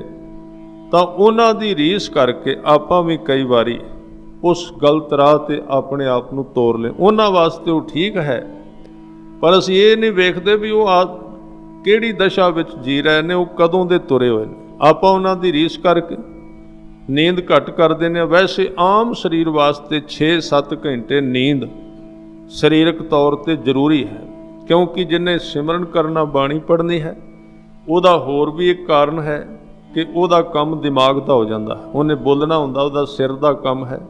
ਉਹਦੇ ਵਾਸਤੇ 6-7 ਘੰਟੇ ਨੀਂਦ ਕਰਨੀ ਜ਼ਰੂਰੀ ਹੁੰਦੀ ਹੈ। ਇਹ ਤਾਂ ਆਪਣੇ ਆਪ ਜਦੋਂ ਮਨੁੱਖ ਦੇ ਜੀਵਨ ਵਿੱਚ ਨਾਮ ਦੀਆਂ ਬਰਕਤਾਂ ਸ਼ੁਰੂ ਹੋ ਜਾਣ, ਫਿਰ ਉਹਦੀ ਆਪਣੇ ਆਪ ਨੀਂਦ ਘਟੇ ਤਾਂ ਫਿਰ ਉਹਦੇ ਵਿੱਚ ਉਸ ਨੂੰ ਕੋਈ ਹਰਜ ਨਹੀਂ। ਪਰ ਜ਼ੋਰ ਦੇ ਨਾਲ, ਧੱਕੇ ਦੇ ਨਾਲ ਨੀਂਦ ਨੂੰ ਘਟਾਉਣਾ ਠੀਕ ਨਹੀਂ ਹੁੰਦਾ। ਇੱਥੇ ਜਾਗਣ ਦਾ ਸਿਰਫ ਇੱਕੋ ਹੀ ਸਾਧਨ ਕਹਿ ਰਹੇ ਨੇ ਸਤਿਗੁਰੂ ਸੱਚੇ ਪਾਤਸ਼ਾਹ ਜੀ ਕਿ ਉਹਨਾਂ ਦਾ ਮਨ ਸਦਾ ਜਾਗਦਾ ਰਹਿੰਦਾ, ਅੰਦਰੋਂ ਕਦੀ ਸੌਂਦੇ ਨਹੀਂ। ਗੁਰੂ ਕਾ ਉਪਦੇਸ਼ ਨਿਰੰਤਰ ਉਹਨਾਂ ਦੇ ਮਨ ਵਿੱਚ ਜਾਗਰਤ ਹੋ ਕੇ ਉਹਨਾਂ ਨੂੰ ਸਟੈਂਡ ਕਰੀ ਰੱਖਦਾ, ਖੜੇ ਕਰੀ ਰੱਖਦਾ। ਔਰ ਉਹਨਾਂ ਦੀ ਜਾਗ ਕਿਵੇਂ ਦੀ ਹੈ? ਕਹਿੰਦੇ ਅਹੰ ਬੁੱਧ ਤਿਆਗਤ, ਕਿਉਂਕਿ ਹੰਕਾਰ ਵਿੱਚ ਰਹਿਣਾ ਸਭ ਤੋਂ ਵੱਡੀ ਨੀਂਦ ਹੈ। ਜਦੋਂ ਅਸੀਂ ਹੰਕਾਰ ਵਿੱਚ ਹੁੰਨੇ ਆ, ਸਰੀਰ ਦੇ ਜਾਗਦਿਆਂ ਵੀ ਸੁੱਤੇ ਰਹਿੰਦੇ ਆ, ਕਿਉਂਕਿ ਸੁੱਤੇ ਆਦਮੀ ਦੀ ਕੀ ਅਵਸਥਾ ਹੈ? ਨੀਂਦ ਦੇ ਵਿੱਚ ਜਿਵੇਂ ਹੁਣ ਕਥਾ ਹੋ ਰਹੀ ਹੈ ਜਾਂ ਕੀਰਤਨ ਹੁੰਦਾ ਹੈ, ਇਹਦੇ ਵਿੱਚ ਕੋਈ ਆਦਮੀ ਸੌਂ ਜਾਏ ਤੇ ਉਹਨੂੰ ਪਤਾ ਨਹੀਂ ਲੱਗਦਾ ਵੀ ਕੀ ਬੋਲਿਆ ਗਿਆ ਸੀ, ਵਿੱਚੋਂ ਨਿਕਲ ਗਿਆ, ਨੀਂਦ ਆ ਗਈ, ਸੌਂ ਗਿਆ। ਪਰ ਜਿਵੇਂ ਇੱਕ ਸਰੀਰਕ ਤੌਰ ਤੇ ਸੁੱਤਾ ਆਦਮੀ ਸੁਣਨ ਤੋਂ ਵਾਂਝਾ ਰਹਿ ਜਾਂਦਾ ਹੈ, ਇਸੇ ਤਰ੍ਹਾਂ ਹੰਕਾਰੀ ਆਦਮੀ ਜਾਗਦਾ ਹੋਇਆ ਵੀ ਸੁਣ ਨਹੀਂ ਸਕਦਾ, ਉਹ ਵੀ ਸੁੱਤਾ ਹੀ ਹੋਇਆ ਹੈ। ਕਿਉਂਕਿ ਜਿਹੜੇ ਸ਼ਬਦ ਨੇ ਉਹਨੂੰ ਭਾਉਂਦੇ ਨਹੀਂ, ਉਹਨਾਂ ਨੂੰ ਸਮਝਦੇ ਕੁਝ ਨਹੀਂ। ਉਹਦੇ ਕੰਨਾਂ ਵਿੱਚ ਹੰਕਾਰ ਦੀ ਮਿੱਟੀ ਜੰਮੀ ਰਹਿੰਦੀ ਹੈ, ਉਹਦੇ ਤੱਕ ਸ਼ਬਦ ਜਾਂਦਾ ਹੀ ਨਹੀਂ, ਉਹ ਵੀ ਇਸ ਤਰ੍ਹਾਂ ਸੁੱਤੇ ਵਰਗਾ ਹੈ। ਪਰ ਇੱਥੇ ਕਹਿੰਦੇ ਨੇ ਬ੍ਰਹਮ ਗਿਆਨੀ ਜਾਗਦਾ ਰਹਿੰਦਾ, ਉਹ ਸੁੱਤਾ ਹੋਇਆ ਵੀ ਸੁਣ ਲੈਂਦਾ, ਉਹਦੇ ਵਿੱਚ ਇੱਕ ਨਿਰੰਤਰ ਜਾਗ ਰਹਿੰਦੀ ਹੈ, ਜਾਗਦਾ ਰਹਿੰਦਾ ਹੈ। ਹਜ਼ੂਰ ਕਹਿੰਦੇ ਬ੍ਰਹਮ ਗਿਆਨੀ ਕੈ ਮਨ ਪਰਮਾਨੰਦ, ਬ੍ਰਹਮ ਗਿਆਨੀ ਕੈ ਘਰ ਸਦਾ ਆਨੰਦ। ਪਰਮਾਨੰਦ ਦਾ ਅਰਥ ਹੈ ਅਖੀਰੀ ਆਨੰਦ, ਜਿਹਦੇ ਨਾਲ ਦਾ ਹੋਰ ਕੋਈ ਆਨੰਦ ਨਹੀਂ। ਸਭ ਤੋਂ ਸ੍ਰੇਸ਼ਟ, ਸਭ ਤੋਂ ਉੱਤਮ, ਸਭ ਤੋਂ ਵੱਡਾ ਉਹਦੇ ਮਨ ਦੇ ਅੰਦਰ ਇੱਕ ਨਿਰੰਤਰ ਬਸੰਤ ਚੱਲਦੀ ਰਹਿੰਦੀ ਹੈ, ਇੱਕ ਬਹਾਰ ਬਣੀ ਰਹਿੰਦੀ ਹੈ, ਇੱਕ ਪਰਮ ਆਨੰਦ ਦੀ ਅਵਸਥਾ ਵਿੱਚ ਉਹ ਨਿਰੰਤਰ ਤੁਰਿਆ ਰਹਿੰਦਾ ਹੈ। ਔਰ ਉਹਦੇ ਘਰ ਵਿੱਚ ਹਿਰਦੇ ਦੇ ਅੰਦਰ, ਯਾਨੀ ਕਿ ਜਿੱਥੇ ਉਹ ਰਹਿੰਦਾ ਹੈ, ਉਹਦੇ ਚੌਵਾਂ ਪਾਸੇ ਆਨੰਦ ਦੀ ਵਰਖਾ ਹੁੰਦੀ ਹੈ। ਗੁਰੂ ਅਰਜਨ ਦੇਵ ਪਾਤਸ਼ਾਹ ਕਹਿੰਦੇ, ਬ੍ਰਹਮ ਗਿਆਨੀ ਸੁਖ ਸਹਿਜ ਨਿਵਾਸ। ਸੁਖ ਸਹਿਜ ਨਿਵਾਸ, ਸੁਖ ਸਹਿਜ ਦਾ ਮਤਲਬ ਕੀ ਹੈ? ਖਿਆਲ ਰੱਖੋ, ਸਹਿਜ ਦਾ ਅਰਥ ਹੈ ਜਿਹੜਾ ਸਾਡਾ ਅਸਲੀ ਸਰੂਪ ਹੈ, ਜੋ ਸਾਡਾ ਨਿੱਜੀ ਸਰੂਪ ਹੈ, ਉਹਨੂੰ ਕਹਿੰਦੇ ਸਹਿਜ ਅਵਸਥਾ। ਉਹ ਸਹਿਜ ਦੀ ਅਵਸਥਾ ਵਿੱਚ, ਸੁਖ ਵਿੱਚ, ਆਨੰਦ ਵਿੱਚ ਆਪਣੇ ਅੰਦਰ ਨਿਵਾਸ ਕਰਦਾ ਰਹਿੰਦਾ ਹੈ, ਆਪਣੇ ਮਨ ਵਿੱਚ ਟਿਕਿਆ ਰਹਿੰਦਾ ਹੈ। ਨਹੀਂ ਤੇ ਸਾਡਾ ਨਿਵਾਸ ਉੱਥੇ ਨਹੀਂ ਹੁੰਦਾ ਜਿੱਥੇ ਅਸੀਂ ਬੈਠੇ ਹੁੰਦੇ ਹਾਂ। ਨਿਵਾਸ ਦਾ ਅਰਥ ਹੈ ਰਹਿਣਾ। ਬ੍ਰਹਮ ਗਿਆਨੀ ਜਿੱਥੇ ਹੈ ਉਸੇ ਥਾਂ ਤੇ ਉਹਦਾ ਨਿਵਾਸ ਹੈ। ਪਰ ਆਮ ਆਦਮੀ ਦਾ ਨਿਵਾਸ ਉੱਥੇ ਨਹੀਂ ਹੁੰਦਾ, ਉਹ ਜਿੱਥੇ ਰਹਿੰਦਾ ਹੈ। ਜੇ ਉਹ ਘਰ ਹੈ ਤੇ ਉਹਦਾ ਧਿਆਨ ਦੁਕਾਨ ਤੇ, ਜੇ ਦੁਕਾਨ ਤੇ ਹੈ ਤੇ ਉਹਦਾ ਧਿਆਨ ਘਰ ਵਿੱਚ, ਜੇ ਬਾਹਰ ਗਿਆ ਤੇ ਧਿਆਨ ਗੁਰਦੁਆਰੇ, ਜੇ ਗੁਰਦੁਆਰੇ ਵਿੱਚ ਤੇ ਧਿਆਨ ਕੰਮ ਵਿੱਚ। ਇਸ ਤਰ੍ਹਾਂ ਇੱਕੋ ਥਾਂ ਤੇ ਨਹੀਂ ਰਹਿੰਦਾ, ਇੱਕ ਕੰਮ ਇੱਕ ਟਾਈਮ ਨਹੀਂ ਕਰਦਾ, ਦੁਬਿਧਾ ਵਿੱਚ ਪਿਆ ਰਹਿੰਦਾ। ਪਰ ਬ੍ਰਹਮ ਗਿਆਨੀ ਸੁਖ ਸਹਿਜ ਨਿਵਾਸ, ਉਹ ਸਦਾ ਹੀ ਸੁਖ ਆਨੰਦ ਦੇ ਨਿਵਾਸ ਵਿੱਚ ਟਿਕਿਆ ਰਹਿੰਦਾ ਹੈ। ਨਾਨਕ ਬ੍ਰਹਮ ਗਿਆਨੀ ਕਾ ਨਹੀਂ ਵਿਨਾਸ਼। ਇਸ ਕਰਕੇ ਬ੍ਰਹਮ ਗਿਆਨੀ ਦਾ ਕਦੀ ਵਿਨਾਸ਼ ਨਹੀਂ ਹੁੰਦਾ, ਕਦੀ ਉਹਦੇ ਜੀਵਨ ਦੇ ਵਿੱਚ ਕਦੀ ਸਮਾਪਤੀ ਨਹੀਂ ਹੁੰਦੀ। ਸਤਿਗੁਰੂ ਸੱਚੇ ਪਾਤਸ਼ਾਹ ਜੀ ਅੱਗੇ ਬਚਨ ਕਹਿ ਰਹੇ ਨੇ, ਬ੍ਰਹਮ ਗਿਆਨੀ ਬ੍ਰਹਮ ਕਾ ਬੇਤਾ, ਬ੍ਰਹਮ ਗਿਆਨੀ ਏਕ ਸੰਗ ਹੇਤਾ। ਬੇਤਾ ਦੇ ਅਰਥ ਨੇ ਜਾਣਨ ਵਾਲਾ, ਬ੍ਰਹਮ ਨੂੰ ਜਾਣਨ। ਥੋੜੀ ਜਿਹੀ ਇੱਕੋ ਆਵਾਜ਼ ਠੀਕ। ਬ੍ਰਹਮ ਗਿਆਨੀ ਉਹ ਬ੍ਰਹਮ ਕਾ ਬੇਤਾ, ਬੇਤਾ ਦੇ ਅਰਥ ਨੇ ਜਾਣਨ ਵਾਲਾ। ਉਹ ਬ੍ਰਹਮ ਨੂੰ ਜਾਣਦਾ ਰਹਿੰਦਾ ਹੈ, ਉਹਦੇ ਨਾਲ ਉਹਦਾ ਸੰਬੰਧ ਬਣਿਆ ਰਹਿੰਦਾ ਹੈ। ਏਕ ਸੰਗ ਹੇਤਾ, ਹੇਤਾ ਦੇ ਅਰਥ ਨੇ ਹੇਤ, ਪਿਆਰ। ਉਹਦਾ ਹੇਤ, ਉਹਦਾ ਪ੍ਰੇਮ, ਉਹਦਾ ਪਿਆਰ, ਉਹਦੀ ਸਾਂਝ ਇੱਕ ਨਾਲ ਨਿਰੰਤਰ ਬਣੀ ਰਹਿੰਦੀ ਹੈ। ਹਜ਼ੂਰ ਕਹਿੰਦੇ, ਬ੍ਰਹਮ ਗਿਆਨੀ ਕੈ ਹੋਏ ਅਚਿੰਤ, ਬ੍ਰਹਮ ਗਿਆਨੀ ਕਾ ਨਿਰਮਲ ਮੰਤ। ਬ੍ਰਹਮ ਗਿਆਨੀ ਦੇ ਮਨ ਦੇ ਵਿੱਚ ਇਹ ਬੇਚਿੰਤਤਾ ਭਾਵ ਬੇਫਿਕਰੀ ਰਹਿੰਦੀ। ਜਿਵੇਂ ਆਮ ਆਦਮੀ ਹੈ, ਅਸੀਂ ਜਿਸ ਦਸ਼ਾ ਵਿੱਚ ਜਿਉਂਦੇ ਹਾਂ, ਸਾਡੀ ਜ਼ਿੰਦਗੀ ਵਿੱਚ ਦਿਨ ਰਾਤ ਕੋਈ ਨਾ ਕੋਈ ਚਿੰਤਾ, ਕੋਈ ਨਾ ਕੋਈ ਗਮ, ਕੋਈ ਨਾ ਕੋਈ ਤੌਖਲਾ ਅੰਦਰ ਬਣਿਆ ਰਹਿੰਦਾ ਹੈ। ਨਿਰੰਤਰ ਉਹ ਸਾਨੂੰ ਅੰਦਰੋਂ ਚੁੱਭਦਾ ਰਹਿੰਦਾ ਹੈ, ਦੁੱਖ ਦਿੰਦਾ ਰਹਿੰਦਾ ਹੈ। ਪਰ ਜਿਹੜਾ ਸਾਧ ਸੰਗਤ ਜੀ ਬ੍ਰਹਮ ਗਿਆਨ ਦੀ ਦਸ਼ਾ ਵਿੱਚ ਚਲਾ ਗਿਆ, ਉਹਨੂੰ ਕਦੀ ਕੋਈ ਤੌਖਲਾ ਨਹੀਂ ਵਾਪਰਦਾ, ਕਦੀ ਕੋਈ ਚਿੰਤਾ ਨਹੀਂ, ਕਦੀ ਕੋਈ ਇਸ ਤਰ੍ਹਾਂ ਦੀ ਦਸ਼ਾ ਨਹੀਂ ਬਣਦੀ। ਉਹ ਨਿਰੰਤਰ ਬੇਚਿੰਤਤਾਈ ਵਿੱਚ, ਬੇਪਰਵਾਹੀ ਵਿੱਚ ਜਿਉਂਦਾ ਹੈ। ਔਰ ਅੱਗੇ ਬਚਨ ਕਹੇ, ਬ੍ਰਹਮ ਗਿਆਨੀ ਕਾ ਨਿਰਮਲ ਮੰਤ। ਮੰਤ ਦਾ ਅਰਥ ਹੁੰਦਾ ਸਲਾਹ। ਜੇ ਕੋਈ ਉਹਦੇ ਤੋਂ ਸਲਾਹ ਲੈਣ ਜਾਵੇ, ਸਲਾਹ ਪੁੱਛਣ ਜਾਵੇ, ਤਾਂ ਉਹਦੀ ਸਲਾਹ ਨਿਰਮਲ ਹੁੰਦੀ ਹੈ। ਮੰਤ ਦੇ ਅਰਥ ਗੁਰਬਾਣੀ ਵਿੱਚ ਮੰਤ ਸ਼ਬਦ ਕਈ ਥਾਵਾਂ ਤੇ ਆਇਆ, ਪਰ ਇੱਥੇ ਮੰਤ ਦੇ ਅਰਥ ਮੰਤਰ ਨਹੀਂ, ਇੱਥੇ ਮੰਤ ਦੇ ਅਰਥ ਨੇ ਸਲਾਹ ਦੇਣੀ। ਤੁਸੀਂ ਉਹਦੇ ਤੋਂ ਪੁੱਛੋ ਜੀਵਨ ਦੀ ਸਲਾਹ, ਤੇ ਕਦੀ ਤੁਹਾਨੂੰ ਕੁਰਾਏ ਨਹੀਂ ਪਾਏਗਾ, ਪੁੱਠੇ ਮਾਰਗ ਤੇ ਨਹੀਂ ਪਾਏਗਾ, ਭਟਕਾਏਗਾ ਨਹੀਂ। ਉਹ ਸਿੱਧਾ ਨਿਰਮਲ ਸਲਾਹ ਦੇਵੇਗਾ। ਇਸ ਕਰਕੇ ਉਹਨੂੰ ਕਹਿੰਦੇ ਉਹਦਾ ਮੰਤ, ਉਹਦੀ ਸਲਾਹ ਨਿਰਮਲ ਹੈ। ਫਿਰ ਸਤਿਗੁਰੂ ਸੱਚੇ ਪਾਤਸ਼ਾਹ ਜੀ ਕਹਿੰਦੇ, ਬ੍ਰਹਮ ਗਿਆਨੀ ਜਿਸ ਕਰੈ ਪ੍ਰਭ ਆਪ, ਬ੍ਰਹਮ ਗਿਆਨੀ ਕਾ ਬੜ ਪ੍ਰਤਾਪ। ਇਸ ਪੰਕਤੀ ਵਿੱਚ ਜਿਵੇਂ ਆਪਾਂ ਸਵੇਰੇ ਵੀ ਵਿਚਾਰਿਆ ਸੀ ਕਿ ਕਈ ਵਾਰੀ ਅਸੀਂ ਕਹਿੰਦੇ ਹਾਂ ਪਰਮਾਤਮਾ ਹੀ ਬ੍ਰਹਮ ਗਿਆਨੀ ਹੈ, ਪਰਮਾਤਮਾ ਖੁਦ ਹੀ ਬ੍ਰਹਮ ਗਿਆਨੀ ਹੈ। 5 ਭੌਤਿਕ ਸਰੀਰ ਵਾਲਾ ਤੇ 5 ਤੱਤੀ ਸਰੀਰ ਵਾਲਾ ਤੇ ਬ੍ਰਹਮ ਗਿਆਨੀ ਹੋ ਹੀ ਨਹੀਂ ਸਕਦਾ। ਪਰ ਇੱਥੇ ਗੁਰੂ ਅਰਜਨ ਦੇਵ ਜੀ ਨੇ ਸਪਸ਼ਟ ਕਰ ਦਿੱਤਾ, ਬ੍ਰਹਮ ਗਿਆਨੀ ਉਹ ਹੈ ਜਿਸ ਨੂੰ ਪ੍ਰਭੂ ਆਪ ਬ੍ਰਹਮ ਗਿਆਨੀ ਬਣਾਉਂਦਾ ਹੈ। ਬ੍ਰਹਮ ਗਿਆਨੀ ਜਿਸ ਕਰੈ ਪ੍ਰਭ ਆਪ, ਬ੍ਰਹਮ ਗਿਆਨੀ ਕਾ ਬੜ ਪ੍ਰਤਾਪ। ਉਹਦੀ ਇੱਕ ਨਿਸ਼ਾਨੀ ਹੈ, ਉਹਦਾ ਪ੍ਰਤਾਪ ਬੜਾ ਹੈ, ਪ੍ਰਭਾਵ ਬੜਾ ਹੈ, ਉਹਦਾ ਅਸਰ ਹੈ। ਉਹਦੀ ਜ਼ਿੰਦਗੀ ਦੇ ਵਿੱਚ ਹਰ ਇੱਕ ਸਰੀਰ ਦੀ ਹਰ ਇੱਕ ਕਿਰਿਆ ਦਾ ਅਸਰ ਪੈਂਦਾ ਹੈ, ਪ੍ਰਭਾਵ ਪੈਂਦਾ, ਪ੍ਰਭਾਵਹੀਨ ਨਹੀਂ ਹੈ, ਫਿੱਕਾ ਨਹੀਂ ਹੈ, ਅਸਰ ਹੈ ਉਹਦਾ ਹਰ ਇੱਕ ਕੰਮ ਦੇ ਅੰਦਰ। ਉਹਦਾ ਪ੍ਰਤਾਪ, ਸ਼ਕਤੀ, ਤਾਕਤ ਬਹੁਤ ਵੱਡੀ ਹੈ।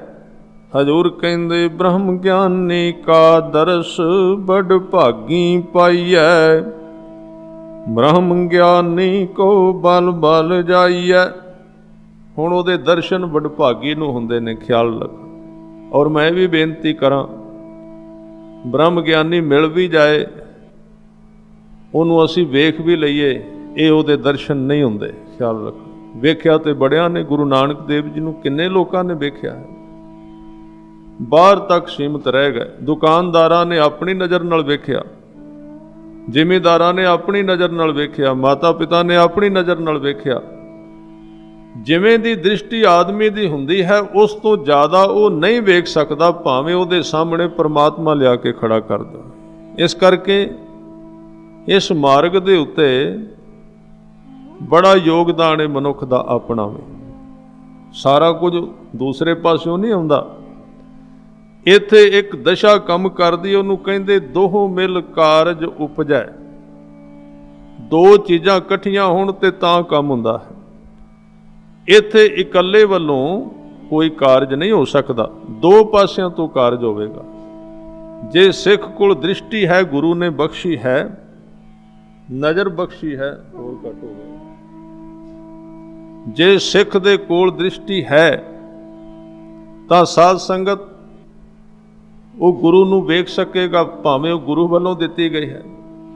ਨਹੀਂ ਤੇ ਦ੍ਰਿਸ਼ਟੀਹੀਨ ਮਨੁੱਖ, ਉਹਦੇ ਸਾਹਮਣੇ ਪਰਮਾਤਮਾ ਵੀ ਆ ਜਾਏ, ਗੁਰੂ ਵੀ ਆ ਜਾਏ, ਉਹਨੂੰ ਵੇਖ ਨਹੀਂ ਸਕਦਾ, ਸਿਰਫ ਉਹਦੇ ਸਰੀਰ ਤੱਕ ਸੀਮਤ ਰਹਿ ਜਾਏਗਾ। ਇਸ ਕਰਕੇ ਸੱਚੇ ਪਾਤਸ਼ਾਹ ਜੀ ਕਹਿੰਦੇ ਨੇ ਕਿ ਉਹਦਾ ਦਰਸ਼ਨ ਆਮ ਵਿਅਕਤੀ ਨਹੀਂ ਕਰ ਸਕਦਾ, ਉਹਦੀ ਪਕੜ ਵਿੱਚ ਹੀ ਨਹੀਂ ਆਉਂਦਾ, ਉਹਦੇ ਸ਼ਬਦ ਹੀ ਨਹੀਂ ਸਮਝ ਵਿੱਚ ਆਉਂਦੇ, ਉਹਦੀ ਭਾਸ਼ਾ ਨੂੰ ਨਹੀਂ ਲੋਕ ਜਾਣ ਸਕਦੇ। ਇਸ ਕਰਕੇ ਕਹਿੰਦੇ ਪਹਿਲਾਂ ਭਾਗ ਵੱਡੇ ਹੋਣ, ਵੱਡ ਭਾਗੀ ਪਾਈਐ। ਔਰ ਗੁਰੂ ਅਰਜਨ ਦੇਵ ਪਾਤਸ਼ਾਹ ਕਹਿੰਦੇ ਬ੍ਰਹਮ ਗਿਆਨੀ ਕਉ ਬਲ ਬਲ ਜਾਈਐ। ਉਹਦੇ ਤੋਂ ਕਹਿੰਦੇ ਮੈਂ ਬਲਹਾਰ ਜਾਣਾ, ਐਸੀ ਉਹ ਸ਼ਖਸੀਅਤ ਹੈ।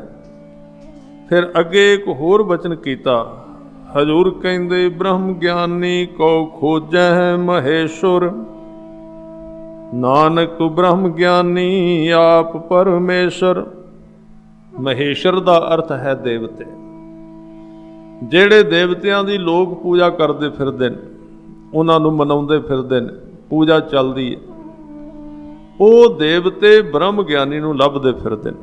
ਬ੍ਰਹਮ ਗਿਆਨੀ ਕੋ ਖੋਜੈ ਮਹੇਸ਼ੁਰ, ਦੇਵਤੇ ਬ੍ਰਹਮ ਗਿਆਨੀ ਦੀ ਖੋਜ ਕਰਦੇ ਨੇ। ਉਹਦੇ ਵਿੱਚ ਐਸੀ ਵਿਸ਼ੇਸ਼ ਇੱਕ ਕਲਾ ਹੈ ਕਿ ਜਿਹੜਾ ਅਸੰਭਵ ਨੂੰ ਸੰਭਵ ਕਰ ਦਿੰਦਾ ਹੈ, ਜਿਹੜਾ ਨਾ ਹੋਣ ਵਾਲੇ ਨੂੰ ਹੋਣ ਵਾਲਾ ਕਰ ਦਿੰਦਾ ਹੈ। ਇਸ ਤਰ੍ਹਾਂ ਦੀ ਉਹਦੇ ਵਿੱਚ ਦਾਤ ਹੈ। ਤਾਂ ਸਾਹਿਬ ਕਹਿੰਦੇ ਦੇਵਤੇ ਵੀ ਇਸ ਬ੍ਰਹਿਮੰਡ ਦੀਆਂ ਅਦ੍ਰਿਸ਼ਟ ਸ਼ਕਤੀਆਂ ਜਿਹੜੀਆਂ ਉਹਨੂੰ ਖੋਜਦੀਆਂ ਨੇ, ਔਰ ਬ੍ਰਹਮ ਗਿਆਨੀ ਪਰਮੇਸ਼ਰ ਵਰਗਾ ਹੈ, ਉਹਦੇ ਵਰਗਾ ਉਹਦਾ ਰੂਪ ਹੈ, ਬਿਲਕੁਲ ਇੱਕਮਿਕ ਹਨ।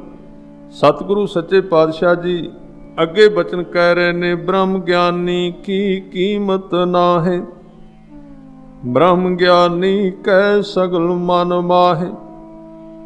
ਬ੍ਰਹਮ ਗਿਆਨੀ ਦੀ ਕੀਮਤ ਨਹੀਂ ਚੁਕਾਈ ਜਾ ਸਕਦੀ। ਇਹਦਾ ਭਾਵ ਇਹ ਹੈ, ਉਹਨੂੰ ਕੋਈ ਵਿਅਕਤੀ ਮਾਇਆ ਦੇ ਕੇ, ਧਨ ਦੇ ਕੇ ਖਰੀਦ ਨਹੀਂ ਸਕਦਾ, ਪ੍ਰਭਾਵਿਤ ਨਹੀਂ ਕਰ ਸਕਦਾ। ਜਿਹੜਾ ਵਿਅਕਤੀ ਅਜੇ ਧਨ ਤੋਂ ਪ੍ਰਭਾਵਿਤ ਹੈ, ਉਹ ਬ੍ਰਹਮ ਗਿਆਨੀ ਕਿਵੇਂ ਹੋ ਸਕਦਾ ਹੈ? ਜਿਹੜਾ ਸ਼ੋਹਰਤ ਤੋਂ ਪ੍ਰਭਾਵਿਤ ਹੋ ਜਾਂਦਾ, ਵਡਿਆਈ ਤੋਂ, ਜੇ ਚਾਰ ਬੰਦੇ ਵਡਿਆਈ ਕਰਨ ਤੇ ਉਹ ਚੰਗੇ ਲੱਗਦੇ ਨੇ, ਜਿਹੜਾ ਨਹੀਂ ਕਰਦਾ ਉਹ ਚੰਗਾ ਨਹੀਂ ਲੱਗਦਾ, ਉਹ ਬ੍ਰਹਮ ਗਿਆਨੀ ਕਿਵੇਂ ਹੋ ਸਕਦਾ? ਬ੍ਰਹਮ ਗਿਆਨੀ ਦੀ ਕੀਮਤ ਨਹੀਂ ਹੈ, ਉਹਨੂੰ ਪੈਸਿਆਂ ਨਾਲ ਨਹੀਂ ਖਰੀਦਿਆ ਜਾ ਸਕਦਾ, ਉਹਨੂੰ ਤੋਲਿਆ ਨਹੀਂ ਜਾ ਸਕਦਾ ਕਿ ਉਹ ਇੰਨੇ ਲੱਖ ਦਾ ਵਿਕ ਗਿਆ, ਉਹ ਇੰਨੇ ਕਰੋੜ ਦਾ ਵਿਕ ਗਿਆ। ਇਹ ਠੀਕ ਹੈ, ਮੰਡੀ ਵਿੱਚ ਪਸ਼ੂ ਵਿਕਦੇ ਨੇ, ਪਰ ਸਾਧ ਸੰਗਤ ਕਈ ਵਾਰੀ ਬੰਦੇ ਵੀ ਵਿਕਣ ਲੱਗ ਪੈਂਦੇ ਨੇ। ਮੰਡੀਆਂ ਵਿੱਚ ਪਸ਼ੂ ਨਹੀਂ ਇਕੱਲੇ ਵਿਕਦੇ, ਕਈ ਵਾਰੀ ਆਦਮੀ ਵੀ ਵਿਕਦੇ ਨੇ, ਧਾਰਮਿਕ ਆਗੂ ਵੀ ਵਿਕ ਜਾਂਦੇ ਨੇ। ਪਰ ਜਿਹਦੇ ਅੰਦਰ ਬ੍ਰਹਮ ਦਾ ਗਿਆਨ ਪੈਦਾ ਹੋ ਗਿਆ, ਅਕਾਲ ਪੁਰਖ ਨਾਲ ਜਿਹਦੀ ਸਾਂਝ ਬਣ ਗਈ, ਉਹ ਕਦੀ ਲੋਕ ਵਿਕਦੇ ਨਹੀਂ, ਨਾ ਉਹਨਾਂ ਦੀ ਕੀਮਤ ਪੈ ਸਕਦੀ, ਨਾ ਉਹਨਾਂ ਨੂੰ ਕੋਈ ਖਰੀਦ ਸਕਦਾ ਹੈ। ਉਹ ਅਕਾਲ ਪੁਰਖ ਵਾਹਿਗੁਰੂ ਦਾ ਰੂਪ ਹੋ ਜਾਂਦੇ ਹਨ ਔਰ ਕੀਮਤ ਰਹਿਤ ਹੋ ਜਾਂਦੇ ਨੇ। ਸਤਿਗੁਰੂ ਬਚਨ ਕਹਿ ਰਹੇ ਨੇ ਗੁਰੂ ਅਰਜਨ ਦੇਵ ਪਾਤਸ਼ਾਹ ਜੀ, ਬ੍ਰਹਮ ਗਿਆਨੀ ਕੈ ਸਗਲ ਮਨ ਮਾਹੇ। ਉਹਦੇ ਮਨ ਦੇ ਵਿੱਚ ਸਗਲ, ਸਗਲ ਦਾ ਅਰਥ ਹੈ ਸਾਰੀ ਸ੍ਰਿਸ਼ਟੀ। ਸਾਰੀ ਸ੍ਰਿਸ਼ਟੀ ਉਹਦੇ ਵਾਸਤੇ ਇੱਕੋ ਜਿਹੀ ਹੈ, ਸਾਰਿਆਂ ਨੂੰ ਇੱਕ ਦ੍ਰਿਸ਼ਟੀ ਨਾਲ ਵੇਖਦਾ ਹੈ। ਸਭ ਕਹਿੰਦੇ ਬ੍ਰਹਮ ਗਿਆਨੀ ਕਾ ਕੌਣ ਜਾਣੈ ਭੇਦ, ਬ੍ਰਹਮ ਗਿਆਨੀ ਕੋ ਸਦਾ ਆਦੇਸ। ਇਸ ਤਰ੍ਹਾਂ ਦੀ ਇੱਕ ਸ਼ਖਸੀਅਤ ਹੈ। ਕਈ ਵਾਰੀ ਤੇ ਇਹ ਲੋਕ ਜਿਹੜੇ ਸਾਧ ਸੰਗਤ, ਸੱਚਾਈ ਤਾਂ ਇਹ ਹੈ, ਇਹ ਸਮਾਜ ਦੇ ਨਿਯਮਾਂ ਤੋਂ ਵੀ ਉੱਚੇ ਹੋ ਜਾਂਦੇ ਨੇ। ਹੋਵੇ ਸਹੀ ਕੋਈ ਨਕਲ ਨਾ ਹੋਵੇ, ਔਰ ਇਹਨਾਂ ਵਿੱਚ ਇੰਨੀ ਤਾਕਤ ਹੁੰਦੀ ਹੈ, ਸ਼ਰ੍ਹਾ ਤੇ ਮਰਿਆਦਾ ਤੋਂ ਵੀ ਕਈ ਵਾਰੀ ਪਾਰ ਚਲੇ ਜਾਂਦੇ ਨੇ। ਭਾਵੇਂ ਕਿ ਗੁਰੂ ਨਾਨਕ ਦੇ ਘਰ ਵਿੱਚ ਸਤਿਗੁਰੂ ਦਾ ਉਪਦੇਸ਼ ਹੈ, ਸਿੱਖ ਨੂੰ ਉਪਦੇਸ਼ ਹੈ, ਭਾਵੇਂ ਉਹ ਬ੍ਰਹਮ ਗਿਆਨ ਤੱਕ ਵੀ ਚਲਾ ਜਾਏ, ਉਹ ਆਮ ਸਿੱਖ ਵਾਂਗ ਵਿਚਰੇ ਤਾਂ ਕਿ ਆਮ ਪਬਲਿਕ ਦਾ ਨੁਕਸਾਨ ਨਾ ਹੋਵੇ, ਕਿਉਂਕਿ ਸੰਸਾਰ ਨੇ ਤੇ ਬਾਹਰੋਂ ਹੀ ਦੇਖਣਾ ਨਾ। ਪਰ ਸਾਧ ਸੰਗਤ ਇਹ ਐਸੇ ਲੋਕ ਹੁੰਦੇ ਨੇ, ਐਸੀ ਸ਼ਖਸੀਅਤ ਹੁੰਦੀ ਹੈ ਇਹਨਾਂ ਵਿੱਚ, ਐਸੀ ਅਵਸਥਾ ਬਣ ਜਾਂਦੀ ਹੈ ਕਿ ਫਿਰ ਇਹ ਜਿਹੜਾ ਛੋਟੇ ਛੋਟੇ ਨਿਯਮ ਨੇ ਮਜ਼ਹਬਾਂ ਦੇ, ਇਹ ਇਹਨਾਂ ਤੋਂ ਪਾਰ ਚਲੇ ਜਾਂਦੇ ਨੇ। ਇਸ ਕਰਕੇ ਕਈ ਵਾਰੀ ਮਜ਼ਹਬਾਂ ਵਾਲਿਆਂ ਦੀ ਤੇ ਬ੍ਰਹਮ ਨੂੰ ਜਾਣਨ ਵਾਲਿਆਂ ਦੀ ਬਣਦੀ ਨਹੀਂ, ਆਪਸ ਵਿੱਚ ਉਹਨਾਂ ਦਾ ਜੋੜ ਨਹੀਂ ਬਹਿੰਦਾ। ਉਹਨਾਂ ਦੀ ਆਪਣੀ ਅਵਸਥਾ ਹੁੰਦੀ ਹੈ। ਇੱਧਰ ਆਪਾਂ ਛੋਟੇ ਛੋਟੇ ਛਪੜੀਆਂ ਵਿੱਚ ਨਹਾਉਣ ਵਾਲੇ ਲੋਕ ਹਾਂ, ਉਹ ਸਮੁੰਦਰ ਵਿੱਚ ਤਰਨ ਵਾਲੇ ਲੋਕ। ਇਸ ਕਰਕੇ ਉਹਨਾਂ ਦੇ ਨਾਲ ਸਾਂਝ ਨਹੀਂ ਬਣਦੀ। ਸਤਿਗੁਰੂ ਸੱਚੇ ਪਾਤਸ਼ਾਹ ਜੀ ਕਹਿੰਦੇ ਕਿ ਬ੍ਰਹਮ ਗਿਆਨੀ ਦਾ ਭੇਦ, ਉਹਦੀ ਅਵਸਥਾ ਨੂੰ ਕੋਈ ਵੀ ਜਾਣ ਨਹੀਂ ਸਕਦਾ, ਉਹ ਕਿਹੜੀ ਦੁਨੀਆ ਵਿੱਚ ਰਹਿੰਦਾ ਹੈ। ਬਸ ਇੱਕ ਹੀ ਚੀਜ਼ ਹੈ, ਹਜ਼ੂਰ ਕਹਿੰਦੇ ਬ੍ਰਹਮ ਗਿਆਨੀ ਕੋ ਸਦਾ ਆਦੇਸ। ਆਦੇਸ ਦੇ ਅਰਥ ਨੇ ਨਮਸਕਾਰ ਕਰਨੀ। ਬਸ ਉਹਦੇ ਨਾਲ ਪਿਆਰ ਨਾਲ ਪੇਸ਼ ਆਉਣਾ, ਉਹਦੇ ਨਾਲ ਸਤਿਕਾਰ ਨਾਲ ਪੇਸ਼ ਆਉਣਾ, ਇਹੀ ਫੱਬਦਾ, ਇਹੀ ਬਣਦਾ ਹੈ। ਸਤਿਗੁਰੂ ਸੱਚੇ ਪਾਤਸ਼ਾਹ ਜੀ ਅੱਗੇ ਬਚਨ ਕਹਿੰਦੇ ਬ੍ਰਹਮ ਗਿਆਨੀ ਕਾ ਕਥਿਆ ਨਾ ਜਾਏ ਅਧਾਖਰ। ਅਧਾਖਰ ਸ਼ਬਦ ਬਹੁਤ ਪਿਆਰਾ ਹੈ। ਅਧਾਖਰ ਦਾ ਅਰਥ ਹੈ ਅਵਸਥਾ, ਸੁਭਾਅ। ਜਿਹੜੀ ਅਵਸਥਾ ਵਿੱਚ ਉਹ ਜੀ ਰਿਹਾ ਹੈ ਉਹਨੂੰ ਕਹਿੰਦੇ ਅਧਿਆਖਰ, ਯਾਨੀ ਕਿ ਸਮੁੱਚਾ ਉਹਦਾ ਅੰਦਰਲਾ ਹਿੱਸਾ, ਸਮਸਤ ਸਾਰਾ ਉਹ ਬ੍ਰਹਮ ਗਿਆਨ। ਉਹਦੀਆਂ ਜਿੰਨੀਆਂ ਬਰਕਤਾਂ ਨੇ, ਜਿੰਨੀਆਂ ਉਹਦੇ ਵਿੱਚ ਬਖਸ਼ਿਸ਼ਾਂ ਨੇ, ਜੇ ਕੋਈ ਮਨੁੱਖ ਉਹਨਾਂ ਨੂੰ ਕਥਨ ਕਰਨ ਲੱਗੇ ਤੇ ਉਹ ਕਥਨਾਂ ਵਿੱਚ ਨਹੀਂ ਆਉਂਦਾ, ਭਾਵ ਸਮਝ ਵਿੱਚ ਨਹੀਂ ਆਉਂਦਾ, ਸਮਝ ਤੋਂ ਪਾਰ ਚਲਾ ਜਾਂਦਾ ਹੈ। ਗੁਰੂ ਨਾਨਕ ਸੱਚੇ ਪਾਤਸ਼ਾਹ ਜੀ ਜਪਜੀ ਸਾਹਿਬ ਵਿੱਚ ਇਹ ਬਚਨ ਕਹਿੰਦੇ, ਮੰਨੇ ਕੀ ਗਤ ਕਹੀ ਨਾ ਜਾਏ, ਜੇ ਕੋ ਕਹੈ ਪਿਛੈ ਪਛਤਾਏ। ਕਾਗਦ ਕਲਮ ਨਾ ਲਿਖਣ ਹਾਰ, ਮੰਨੇ ਕਾ ਬਹਿ ਕਰਨ ਵਿਚਾਰ। ਉਹ ਇੰਨਾ ਪਾਰ ਤੋਂ ਰਹਿਤ ਹੈ, ਉਹਦਾ ਕੋਈ ਅੰਤ ਨਹੀਂ ਲੈ ਸਕਦਾ। ਇਸ ਤਰ੍ਹਾਂ ਦੀ ਉਹਦੀ ਅਵਸਥਾ ਹੈ। ਕਥਿਆ ਨਾ ਜਾਏ ਅਧਾਖਰ, ਉਹਦੇ ਅੰਦਰ ਦੀ ਅਵਸਥਾ ਨੂੰ ਜਾਣਿਆ ਨਹੀਂ ਜਾ ਸਕਦਾ। ਬ੍ਰਹਮ ਗਿਆਨੀ ਸਰਬ ਕਾ ਠਾਕੁਰ, ਉਹਦੇ ਅੰਦਰ ਇੰਨੀ ਸ਼ਕਤੀ ਹੈ ਕਿ ਉਹ ਸਾਰਿਆਂ ਦਾ ਮਾਲਕ, ਭਾਵ ਉਹਦੀ ਤਾਕਤ ਸਭ ਤੋਂ ਜ਼ਿਆਦਾ ਹੈ। ਭਾਵੇਂ ਕਿ ਉਹਨੂੰ ਦਿਨਾਉਂਦਾ ਨਹੀਂ, ਦਿਖਾਉਂਦਾ ਨਹੀਂ, ਪਰ ਉਹ ਇੰਨੀ ਵੱਡੀ ਸ਼ਕਤੀ ਦਾ ਮਾਲਕ ਹੈ। ਸਤਿਗੁਰੂ ਸੱਚੇ ਪਾਤਸ਼ਾਹ ਜੀ ਅੱਗੇ ਬਚਨ ਕਰਦੇ ਬ੍ਰਹਮ ਗਿਆਨੀ ਕੀ ਮਿਤ ਕੌਣ ਬਖਾਨੈ। ਬ੍ਰਹਮ ਗਿਆਨੀ ਕੀ ਗਤ ਬ੍ਰਹਮ ਗਿਆਨੀ ਜਾਣੈ। ਮਿਤ ਦਾ ਅਰਥ ਹੈ ਸ਼ਕਤੀ। ਕਹਿੰਦੇ ਬ੍ਰਹਮ ਗਿਆਨੀ ਦੀ ਸ਼ਕਤੀ ਨੂੰ ਮਿਣਿਆ ਨਹੀਂ ਜਾ ਸਕਦਾ, ਵੇਖਿਆ ਨਹੀਂ ਜਾ ਸਕਦਾ ਤੇ ਵਿਖਾਣਿਆ ਨਹੀਂ ਜਾ ਸਕਦਾ ਵੀ ਕਿੰਨੀ ਕੁ ਹੈ, ਕਿੰਨੀ ਸ਼ਕਤੀ, ਕਿੰਨੀ ਤਾਕਤ ਹੈ। ਔਰ ਉਹਦੀ ਜਿਹੜੀ ਗਤ ਹੈ, ਉਹਦੀ ਅਵਸਥਾ ਹੈ, ਉਹਨੂੰ ਉਹ ਆਪ ਹੀ ਜਾਣਦਾ ਹੈ। ਉਹ ਆਪ ਵੇਖ ਸਕਦਾ ਕਿ ਮੈਂ ਕਿੰਨੇ ਕੁ ਪਾਣੀ ਵਿੱਚ ਹਾਂ, ਦੂਸਰੇ ਦੀ ਸਮਝ ਵਿੱਚ ਨਹੀਂ ਆਉਂਦਾ, ਦੂਸਰੇ ਦੀ ਸਮਝ ਤੋਂ ਬਾਹਰ ਚਲਾ ਜਾਂਦਾ ਹੈ। ਇਸ ਤਰ੍ਹਾਂ ਦੀ ਉਹਦੀ ਦਸ਼ਾ ਹੈ। ਹਜ਼ੂਰ ਅੱਗੇ ਸ਼ਬਦ ਕਹਿੰਦੇ ਬ੍ਰਹਮ ਗਿਆਨੀ ਕਾ ਅੰਤ ਨਾ ਪਾਰ, ਨਾਨਕ ਬ੍ਰਹਮ ਗਿਆਨੀ ਕੋ ਸਦਾ ਨਮਸਕਾਰ। ਉਹਦਾ ਅੰਤਲਾ ਪਾਰ ਕੰਢਾ ਨਹੀਂ, ਉਹਨੂੰ ਕੋਈ ਜਾਣ ਨਹੀਂ ਸਕਦਾ, ਬੇਅੰਤ ਹੈ। बहुत महान है, बहुत वड्डा है और उस नूं सदा ही नमस्कार करनी चाहिए, भाव सत्कार करना चाहिए। हजूर कहंदे ब्रह्म ज्ञानी सब सृष्ट का करता। इत्थे ध्यान देना, हुण सृष्टि का करता कौन है? अकाल पुरख वाहिगुरू।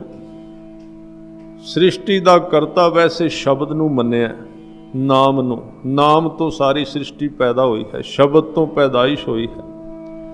इत्थे कहंदे ने ब्रह्म ज्ञानी सब सृष्ट का करता, वो शब्द स्वरूप भी है, वो शब्द भी ही बन गया, नाम का रूप धारण कर गया, भावें वो पंज तत्ती पंज भौतिक शरीर दे विच ही रहिंदा।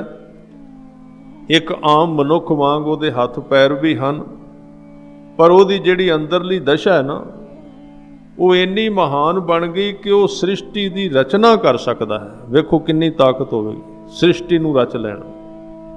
ये तो परमात्मा की शक्ति है, उन्नी पावर है। सृष्टि बना लेनी, सृष्टि की रचना कर लेनी, इन्नी बरकत उहदे विच आ जाती कि वो सृष्टि रच सकता है। और सतगुरु कहंदे सब सृष्ट का करता, ब्रह्म ज्ञानी साध जीवै नहीं मरता। इहदी विचार आपां पिछे कर चुके हाँ कि ब्रह्म ज्ञानी ऐसी दशा विच रहिंदा है कि ओहदी कदी मौत नहीं आउंदी, कदी समाप्ति नहीं हुंदी। हुण तुसीं कई बारी देखोगे कि सरीरक तौर ते भावें जिन्हां दी मौत आ गई, पर ਉਹ अंदरूनी तौर ते सदा ही जिंदा ਰਹਿੰਦੇ ਨੇ, अंदरूनी तौर ते ਉਹਨਾਂ ਦੀ कदी मौत नहीं आउंदी। और गुरबाणी विच साफ तौर ते ये वचन कहे ने, सतगुरां ने इनू साफ कर दिता है कि ऐसे लोग अंदरूनी तौर ते जिंदा ਰਹਿੰਦੇ ਨੇ, ਉਹਨਾਂ ਦੀ होंद निरंतर बनी रहती है, कदी ਉਹਨਾਂ ਦੀ मौत नहीं आउंदी। और इत्थे होर सतगुरु इनू दृढ़ करा रहे ने, सद जीव है नहीं मरता, ਉਹਦੀ कदी मौत नहीं आउंदी। फिर वो तीन चीज़ां आ दो अवस्थावां दा दाता है, ब्रह्म ज्ञानी मुकत जुगत जी का दाता। मुक्ति का दाता है, मुक्ति का मतलब है ਜਿਹੜੇ लोग संसार के बंधनां विच फसे ने, निकल नहीं सकते, ਉਹਦੇ ਵਿੱਚ ਚਾਹੁੰਦਿਆਂ ਹੋਇਆਂ भी ਉਹਨਾਂ रस्सियां ਨੂੰ ਤੋੜ नहीं सकते। ਤਾਂ ब्रह्म ज्ञानी ਦੇ ਕੋਲ ਇਹ ਬਰਕਤ ਹੁੰਦੀ ਕਿ ਉਹਨਾਂ ਦੀਆਂ ਰੱਸੀਆਂ ਤੋੜ ਦਿੰਦਾ ਹੈ, ਬੰਧਨਾਂ ਨੂੰ ਖੋਲ ਦਿੰਦਾ। ਮੁਕਤ ਜੁਗਤ, ਪਰ ਉਹ ਜੁਗਤ ਦੇ ਰਾਹੀਂ ਤੋੜਦਾ ਹੈ, ਖਿਆਲ ਰੱਖਣਾ, ਤਰੀਕੇ ਦੇ ਰਾਹੀਂ। ਗੁਰਮਤ ਵਿੱਚ ਇੱਕ ਸਿਧਾਂਤ ਹੈ, ਕਿਸੇ ਦੇ ਵੀ ਬੰਧਨ ਤੋੜਨੇ ਨੇ ਤੇ ਗੁਰਬਾਣੀ ਦੇ ਰਾਹੀਂ, ਸੇਵਾ ਦੇ ਰਾਹੀਂ, ਦੋ ਤਰੀਕੇ ਨੇ। ਤਾਂ ਇਸ ਤਰੀਕੇ ਦੇ ਨਾਲ ਜੁਗਤ ਦੁਆਰਾ, ਤਰੀਕੇ ਦੁਆਰਾ ਉਹਨਾਂ ਨੂੰ ਮੁਕਤ ਕਰ ਸਕਦਾ। और फिर जी का दाता, जी का अर्थ उन्होंने नाम दान, यानी कि नाम नाल जोड़ देंदा है, अंदरला जीवन दान दे देंदा है। अंदरला जीवन, धर्म का जीवन, नाम का जीवन बख्शिश कर देंदा है। हजूर कहंदे ब्रह्म ज्ञानी पूरन पुरख विधाता। पूरन पुरख अकाल पुरख वाहिगुरू, ਉਹਦੇ वर्गा ही है, विधाता ही है, ਉਹਦਾ स्वरूप है। विधाता का अर्थ है किस्मत लिखण वाला, भाग लिखण वाला। ਉਹਦੇ ਵਿੱਚ ਇੰਨੀ बरकत है कि वो चाहे तो किसी के भाग बदलता है, पर ਉਹਦੇ ਵਿੱਚ एक सुभाव है जो बाबा फरीद साहब ने कहा, वो निरंतर ही परमात्मा के हुक्म विच जिउंदा है। एक पासे ਉਹਦੇ ਵਿੱਚ ताकत भी बड़ी, पर वो जो भी करता है वो हुक्म के दायरे विच, ताकत ਉਹਦੇ कोल बड़ी है। इस अष्टपदी दे विच उहदी असीम ताकत का वर्णन किया गया, किन्नियां शक्तियां की गल की गई है। पर इन्नियां ताकतां होण दे बावजूद वो जो ब्रह्म ज्ञानी की दशा नूं प्राप्त कर लैंदा है, फिर भी उहदे दायरे विच हुक्म दे अंदर ही विचरदा, उस तो बाहर नहीं जांदा।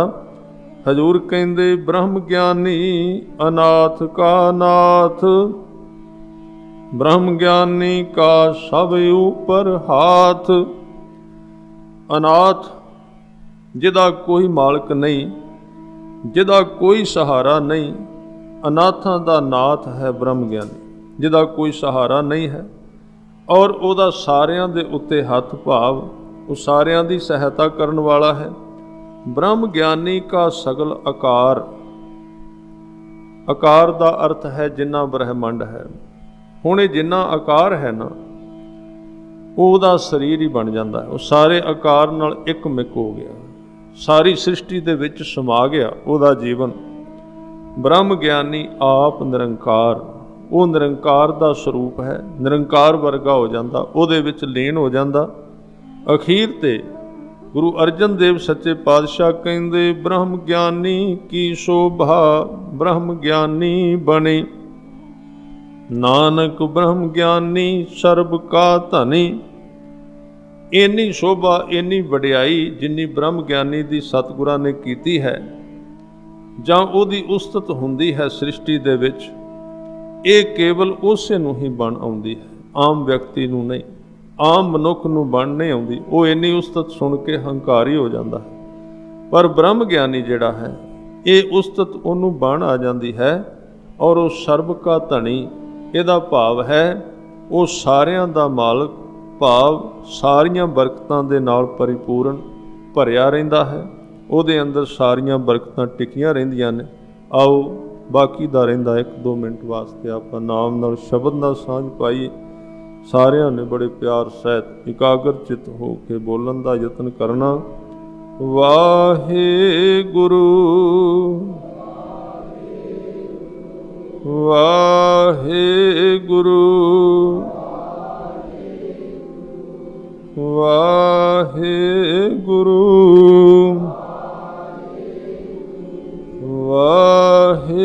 ਵਾਹਿਗੁਰੂ ਵਾਹਿਗੁਰੂ ਵਾਹਿਗੁਰੂ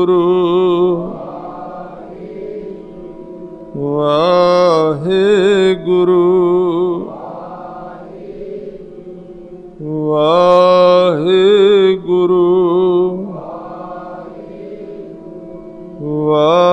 ਵਾਹਿਗੁਰੂ ਵਾਹਿਗੁਰੂ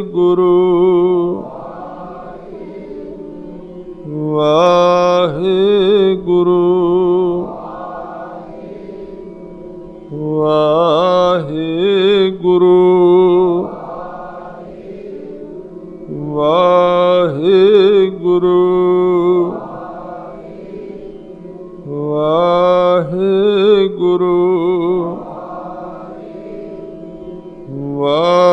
ਵਾਹਿਗੁਰੂ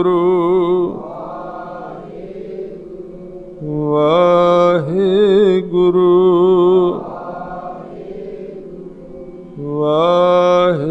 ਵਾਹਿਗੁਰੂ। ਵਾਹਿਗੁਰੂ ਜੀ ਕਾ ਖਾਲਸਾ, ਵਾਹਿਗੁਰੂ ਜੀ ਕੀ